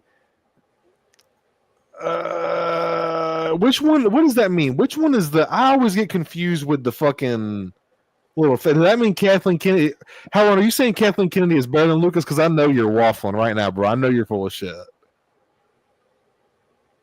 I always get confused by that. I can't tell if it's like greater than or less than. I always get confused. Well, Kathleen is greater than George Lucas any day. That's what he's saying there. Okay, it's the little fish mouth. Yeah. Okay, see, I think I don't know, man. Lucas is the visionary, man. As far as producing goes, producing is a different job, man. Like I know the first producer for episodes 1 through 3, Rich McCallum, another great producer. Yeah. Again, Rick McCallum, man, that was George's right hand man. Anything that George needed done, that guy was there. You see that guy's name, main producer Rick McCallum on every 1 through 3. It was Rick, and he's all in the back, the back scenes, behind the scenes stuff, which I actually highly recommend to any Star Wars fan if you haven't watched the behind the scenes of like Attack of the Clones, Episode 1, Phantom Menace, Revenge of the Sith and shit. I highly recommend checking out like the extra stuff because it's very, very entertaining. Dusty, absolutely, bro. Absolute blasphemy from HowlrunnerR. That's what he's known for, bro. I don't know about greater than. Wasn't it HowlrunnerR who also said that BB-8 is far super? No, he hates on R2-D2, doesn't he? Isn't he the R2-D2 hater? Yes. I know. HowlrunnerR, come on, man. Come on, man. Bro. R2, come on, man. We gotta circle the wagons around. The only so George is talking about this HowlrunnerR. He didn't give up, bro. He's like in his 80s. He wanted to spend more time with his family. He didn't know if he had made the sequels. You're talking about a trilogy in his eyes, and honestly, most trilogies take about. He's on N3PO2 HowlrunnerR. Jesus, most trilogies take about 8 to 10 years to really complete and pan out. And this is the thing about Lucas is. He had vision with his shit and had an actual plot and story with actual characters. Like now, obviously, George Lucas has retconned plenty of his own stuff, but for the most part, man, I feel like I don't think you can say gave up on Star Wars. He was in his late 70s, 80s wanted to spend time with his family. He was not wanting to work, dedicate the last maybe 10 years of his life if he gets to live to 90, which I hope he does, of course. He would have been, that time would have been spent making his sequel trilogy, but then he would have lost the time with his family, his daughters and his granddaughters, and he's talked about that too. So I don't know, man. I kind of respect that, kind of giving up the limelight. He's already created something, letting the younger generation, Kathleen, obviously he's worked with her, as we've been talking about, you know, like who other than to hand a torch to other than someone he's worked with, you know. I feel like that's very respectful, and I feel like him leaving to spend time with his family speaks to, you know, he spent a lot of time nurturing these movies and this brand that he has created, which is the reason why we're even, you know, doing this, you know. But I do respect your opinion, HowlrunNer. I just can't say I agree, man. I just feel, and you know, at the end of the day, George is the reason we're here, you know. If it wasn't for George, Kathleen wouldn't even be in the spot that she's in, you know. So at the end of the day, and I think Kathleen Kennedy would agree with that too, you know. I think she, you know, I think she has an immense amount of respect for George, you know. But South Park got her good though. South Park got her good. Oh my God, yes, that's a funny skit, dude. So good. Now, Connor, a little while ago you mentioned the movie, the last one that you didn't like, the last Jurassic Park movie. What's it called? Dominion. So I saw that one too. That's when they go to the dinosaur trading in the Middle East and all of that. And right. Okay. Yes. So if I'm not mistaken, wasn't there a rumor, because it was in COVID, wasn't that one of the first major blockbusters where there were rumors that AI wrote the script? Did you ever hear about that? Oh, damn. I want to say that would make so much sense. I want to say I'm sending you the bubble. You guys got to see that movie. It's so funny. That's so crazy. Yeah. So I'm not. Oh man, here I am on the line saying this now. I could be wrong, but I want to say I know that there have been a lot of movies and TV shows that are now, there's finger pointing saying, you know, because there was the Screenwriters Guild thing, and then AI came in on. Yeah, remember there was a lot of talk about AI coming in and taking the place of it, and then everything was so cookie cutter and very kind of, and I want to say I heard something about that movie sort of falling into that sort of like AI autopilot thing, but I didn't know if you had heard that or not. Dominion did kind of get a little weird, man. People say it online. They're like, I think Rise of Skywalker and Jurassic World Dominion were written by AI. Okay. Wouldn't that be insane if that like ever came out, bro? Yeah. It would make so much sense though. Yeah. Now, have you got Connor, I've been talking to you about these two shows, and I've mentioned them to Hyper before too. Have either of you guys gone down the Camp Cretaceous Chaos Theory rabbit hole? No. I did Chaos Theory, yeah. Bro, Connor, you're gonna love it, dude. Tell me, Hyper, and Steven Spielberg is actually, I think he's a co-producer on the show, so I feel like he's got something to do with the right. He's very, from what I understand, he's kind of active part of the writing in the show and stuff. But you said you watched Chaos Theory. That's so if you start out Camp Cretaceous. So Connor, this takes place during the first Jurassic World, and everything that, you know, Jurassic World, the whole movie takes place in a day, like basically like a day, and they make it to like the evacuation. They get evacuated and everything after they escape the island. Well, this is about a group of 6 teens who were a part of a Camp Cretaceous, like some. I don't want to spend. Well, it tells you in the. So there's this game you can win there's different things you can do to win an entry into becoming a part of Camp Cretaceous, and it's 6 teens get to win a chance to be a part of the camp, and it's free, all inclusive, like thing on Jurassic World on Isla Nublar where it's taking place. And this one kid named Darius, a little black kid, he's like a gamer, super dino nerd, bro. It's so cool. But I don't want to get too much in it because the characters, they give a lot of depth to the characters. Like there's a lot of good plot. What you think is going to happen, they take it a different, like it's so good for it to be a cartoon animated, like kind of kid derived, like focus show. There's some really like good writing in here, and the characters have like really good depth and stuff. It gets dark too. Dude, the first episode, you're figuring out like his dad had cancer or some kind of disease, and they're supposed to go to Jurassic World together. I don't want to say too much, but So him and his dad, this kid named Darius, black kid and his dad. He's like a super dino nerd, loves gaming and shit. His dad gets some kind of disease like cancer, and he ends up passing away before they get to make it. Well, he beats this Jurassic World game that is like unbeatable and wins. One of the ways to win his chance to become one of the 16. So he wins it, goes to Jurassic World with these other kids that he meets. Also very funny characters and scenes. And it's like all inclusive or whatever. Where during that time, Jurassic World, the very first day of it opening, it like goes haywire. Not opening, but like during the Jurassic World, the first one, when everything goes haywire and they get rescued, they miss the evacuation. So these kids are. This is about their 6-month strand on Isla Nublar after Jurassic World fell.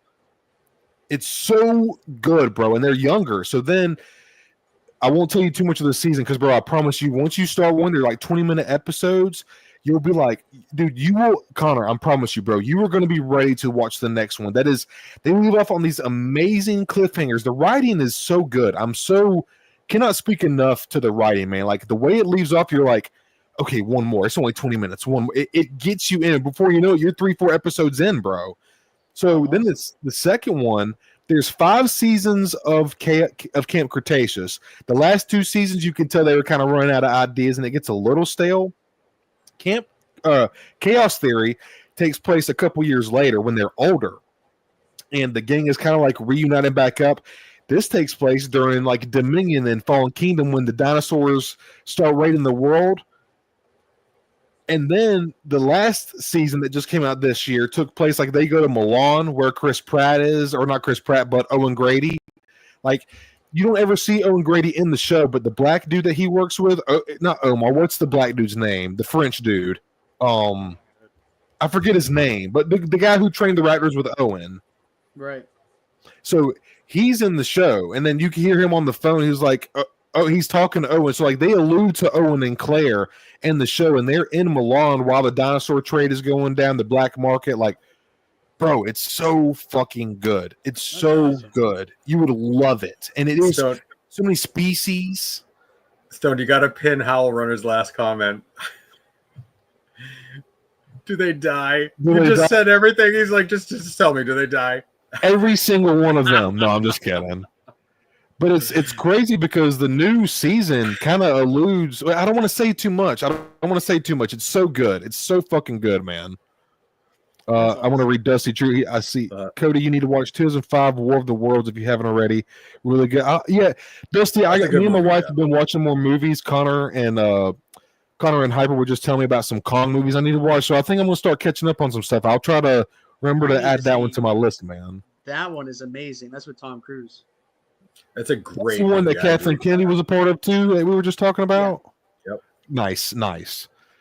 Connor, bro, that show. It's very intriguing, man. And it's like you see Monolophosaurus, you see Ceratosauruses, you see Carnotauruses, you see a little bit of the Spino eventually, you see Dilophosaurus, Gallimimus, bro. Like it's got everything. It's got so much. Dude, Connor, you're gonna be like, oh, yep. I know what that is. It's got everything, bro. It's so good. And oh man, I cannot recommend it to you anymore, dude. I really can't. I'm definitely gonna watch it soon. I'd like to see what happens. It's kind of cool that it's going on at the same time as the other movies are going on too. So that's cool. It has great reviews. It made them a lot of money. Yes, and the toys too, man. Yeah, and then they have their own line of figures as well, which is interesting. So that is a huge following. So I definitely need to watch it. I want to too.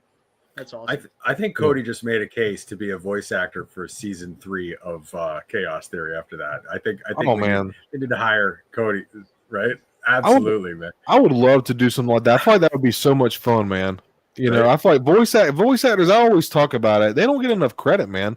They really do bring these characters and creatures and things to life, man. Voice actors do not get enough credit, and it's just such a cool job. I feel like your voice is your job. Like, and the people like D. Bradley Baker, he voices all the clones in the Bad Batch, and the fact that he can slightly manipulate his voice in 5 different ways, but keep it the same is just very impressive, man. And like, voice actors oftentimes like the way they can change their tone and their pitch, their tonality, where they're very good at impersonations and stuff. You know, like I just really respect that. And then Mark Hamill, Luke Skywalker, one of the most prolific and not very well known. Again, was not very well known, or is not very well known. Maybe now by our generation, like adults and stuff. But Mark Hamill, dude, he's voiced he's done Spider-Man the animated series. I'm pretty sure X-Men villains at some point in time, Joker and Batman animated series for years, in video games. Like Mark Hamill has done a lot of voices for a lot of characters, whether it be big shows, well known, or even smaller, more niche type stuff. Man, Mark Hamill has been, his voice actors in general, man, they just so underrated and underrespected in the like cinema and film community and stuff like that, and media in general. I just, man, you know, because you get you put these lines, you're getting a lot of the time. If they've already animated, and sometimes they're trying to match the voice to the animations, but a lot of the times they're recording the lines and they're adding the animations to match the voice actors' motions and stuff. But you take these lines and these words on these piece of paper or this teleprompter, and you're putting it in front of somebody, and you give it to just anybody, and it takes somebody special with skill and foresight and like being able to tell their own story in their mind, and like being able to prepare and read out how they're going to say it, what tone, what everything, and like being able to do that. You put these lines in front of just anybody compared to a voice actor, you're going to get two totally different things. And if you try to mesh it in over a certain part of a show, you're going to see which one shines and which one is like, that doesn't look like that matches or goes with this at all. Like, you know, this doesn't capture what the animation or the character or the creature or whatever is doing. You know, I don't know. I'm talking a little too much now. I'm getting rambly, so I'll hand the torch off to somebody. I think Stone should definitely be like, remember how they did with Andy Serkis with Gollum, have the suit on and the green screen, and Stone can just go rawr, rawr, rawr, like walk, you know, he could just King be like Kong. the next, My precious. He was he played King Kong, and then he also played the cook from that movie too. Yes, he did. That's right. That's right. He's been Andy he's been in Serkis like played every Kong? Yeah, he played Kong. Yeah. Wow. He's King Kong. It's so crazy. No way. Like the nuts. So I motion. guess he wore the suit. Yeah. Yeah. He Oh, does wow. a good job. He did Caesar too from Planet of the Apes, right? Yeah. The newer one. Yeah. So Dude, are you serious? He was Snoke, right? Wasn't he Snoke too? Snoke. Yes, Snoke right. and- Yeah, from Yep. Yeah. So, Dude, that's so cool, man. I did not realize. Like Doctor Strange, I forget his name. He did the motion for the Smaug. Smaug, Yeah. That's Yeah, right, that's kind of I crazy. didn't know he did that for the Yeah, dragon. He did the dragon? You would love it, yeah. Cumberbatch. Yeah. That's so Benedict funny. Cumberbatch.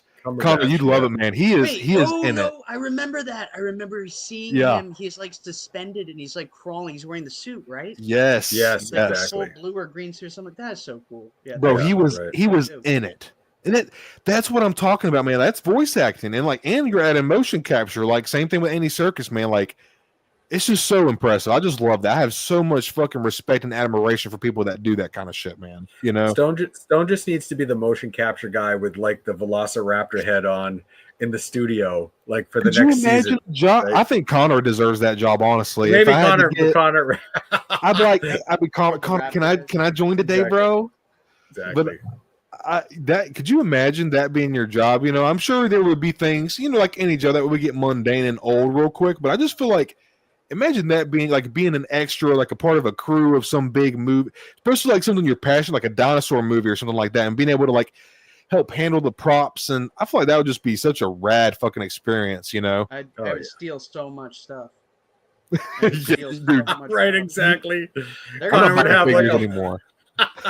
Sticky fingers, Colorusso. Strength I saw again. there's this thing on this guy on Instagram that I guess he lives near where they did a lot of the filming for Jurassic World Rebirth, and when they left a lot of the stuff like just there in the jungle. So he has pieces of organs, like fake organs from dinosaurs, from the Parasaurolophus, the river scene. He has a piece of its eye, just really cool. He's got a lot of stuff, and now he has it where I guess if you're in the area, you can walk through his little place that he made that has all the stuff. Oh wow, that's damn. cool. Yeah, right. I'll send it to you guys on Instagram. Yeah, bro. He definitely was like, man. did you? Everyone was like, did he work on the set and like steal everything? He's like, no. So Where was I it guess he just- filmed? That's cool. in multiple different places, but see, it's like he lives in like Thailand, so I guess they're in like Southeast Okay. Asia. Wow. Damn. Yeah. Yeah. Shit, bro. Interesting. Very, very interesting. I see we're at 3. I don't know what y'all's nights are looking like, or do y'all want to go a little bit longer, or y'all wanting to call it? We're at 3:05. I could call it. I'm getting a little bit tired, to be honest with you, man. But, Yeah, that's cool, man. That's totally fine, dude. Are you good with that, Connor? Or Yeah, that sounds good. Yeah. Awesome, man. It's been Well, a dude, blast. Yeah. Dude, we're definitely gonna do it again. That 3 hours just it flies by all the time, man. Kind of crazy how fast it went by. Absolutely, man. It's me and I have been looking forward to this, dude, because obviously I'll talk about Star Wars all day, but it's kind of nice to kind of freshen things up and talk about something a little bit different, And I was really looking forward to this episode because I knew what we were going to be talking about most of the time. So I just really enjoyed this, dude. Thank you so much for coming on, man. And obviously everybody in chat, we would do this whether there was 2 people watching, 3 people watching, but the fact that we get up to like the 15s and the teens, almost 20s, like it just means so much. We have people that come by and hang out with us all night. It means so much to all of us. And just once again, Connor, just appreciate you so much, dude. I'm really glad that you enjoyed this. And anytime you want to come back on, man, we'd love to have you, dude. I think we got a lot more conversation. We're talking about I didn't even finish watching Andor. I'll watch Andor so we can talk. It was Andy Serkis was in that. I couldn't believe it. He was in Andor? Oh yeah, that's right. The first season. Prison. So sad. Yeah. So wait, you know what? I don't want to spoil anything. All right, I need to know something. So a little bit of, if you haven't finished Andor, just spoilers coming up, chat. My bad. I need to know. Do we see Kino Loy again? Because I haven't finished. Don't Andor. say nothing. No, you got to find out yourself. You got to find out yourself. Oh yeah. Is that his name in the show? Yeah. Yes. Loy. Yeah. Do you remember at the end when he says, "I can't swim"? Yeah. Oh, Connor. Oh. Yeah. Wait. It's all right. It made me so sad.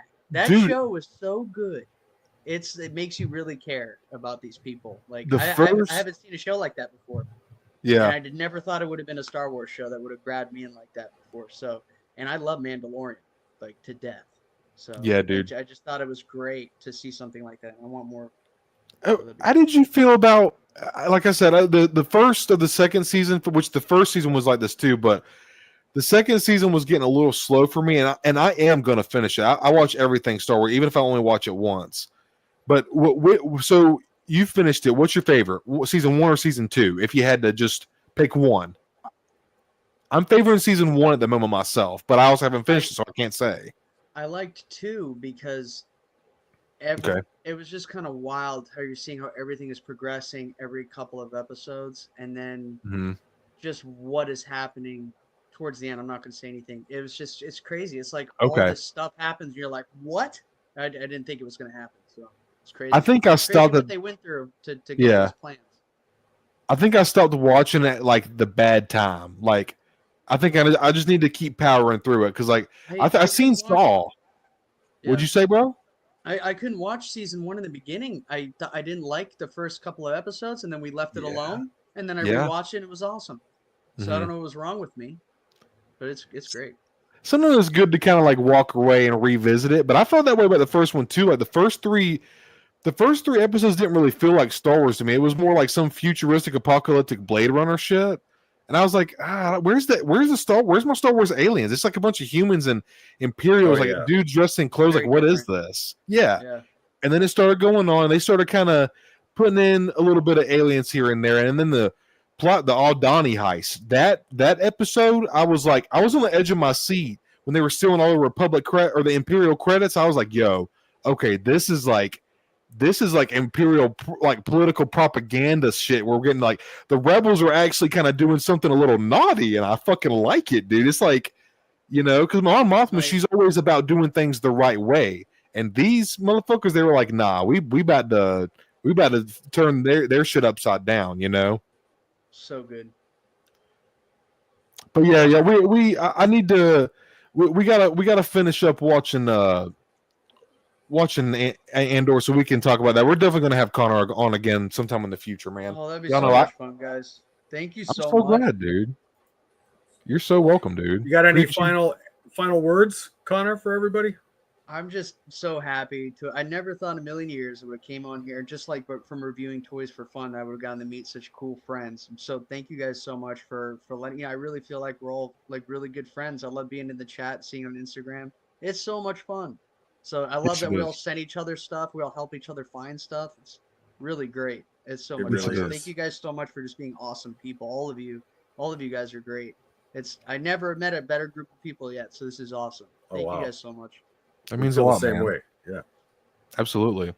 And I was going to say one more time, speaking of sin and stuff, so I know you're expecting something from Hyper, but I'm going to get your shirt to you. You deserve like fucking 4 shirts, bro, honestly. But I'm going to get your stuff to you this week, I promise you, and I'll send you the tracking and all that good stuff. So, yeah, just be on the lookout for something from me and Hyper, bro. And just Awesome. I'll get broken a record. picture of me wearing it under the Millennium Falcon. Oh, dude. Oh, my God. Please, dude. Yes. Oh, That'd be. I'll put that on my page, bro. What you mean? That'd be epic. That's awesome. I love it, dude. Yeah. Well, Hyper, real quick while we wrap it up, Connor, do you have any other reviews or stuff that you got coming up, or anything you're working on currently, bro? Before we wrap things up, I have a couple of videos that are pre-recorded, but the next one that I really wanted to put out was this cool interactive probe droid. It's a first order probe droid they sold at Disney that I didn't even know they had it there until after May the 4th, so I got it. It's really cool. Does some cool stuff. That's awesome. Sweet, I'm looking forward to that. Yeah. That mouse droid was so fucking cool, man. I love that thing. I love him. I have him right next to me. He's on Look at the smile. Look at the smile. Like the mouse droid. Yeah, bro. Yeah. I drive him around all the time. Oh. Dude, the fact that the rubber, it's got like really actual rubber wheels on it is so cool. That's super cool.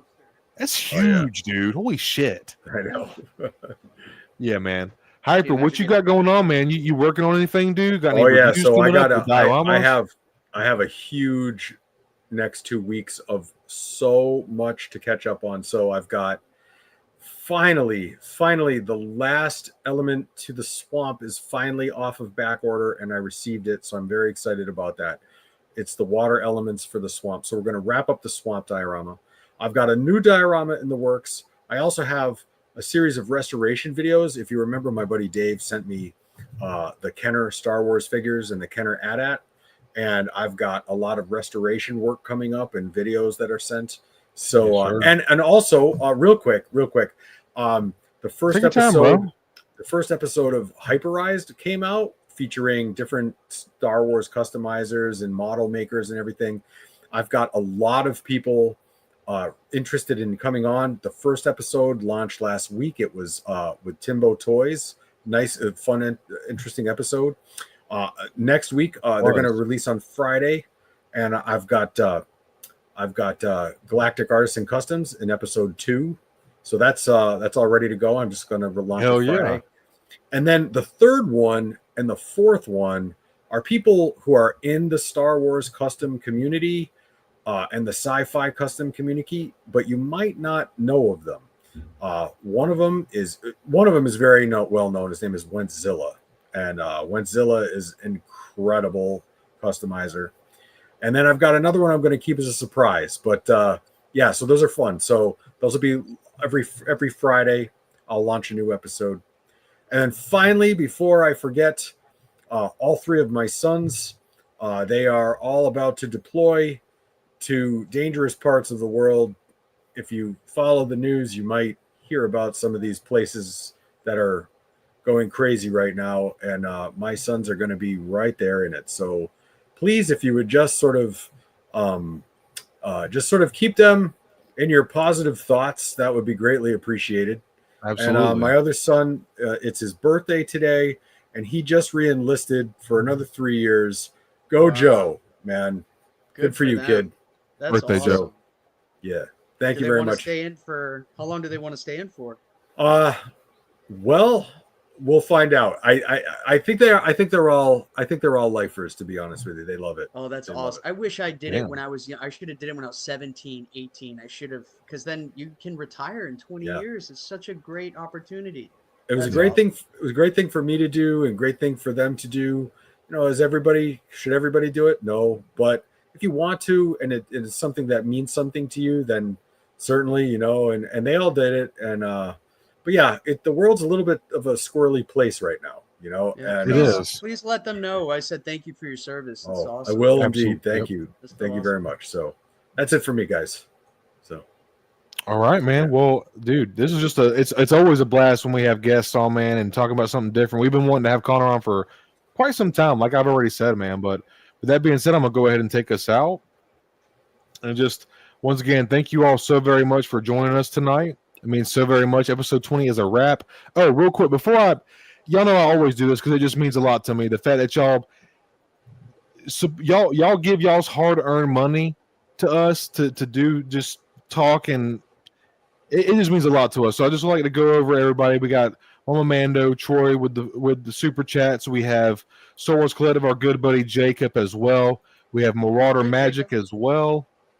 Yes, thank you all so very much, man. Lots of super chats tonight. It means a lot to us that y'all support us this way, man. Not necessarily at all. Y'all going above beyond doing that is just greatly appreciated. So y'all know I like to go back and revisit that. It just means a lot to us. So with that being said, everybody, I'm gonna play this last clip and I will take us out. Thank you all so much. Ooh, look. There you go. There you go. Always got to end it with this. That's the way to end it with hyper. That's how to do it right there. That's right. Absolutely. Thank all you right, guys everybody. so much. Thank you all. We'll see y'all next time.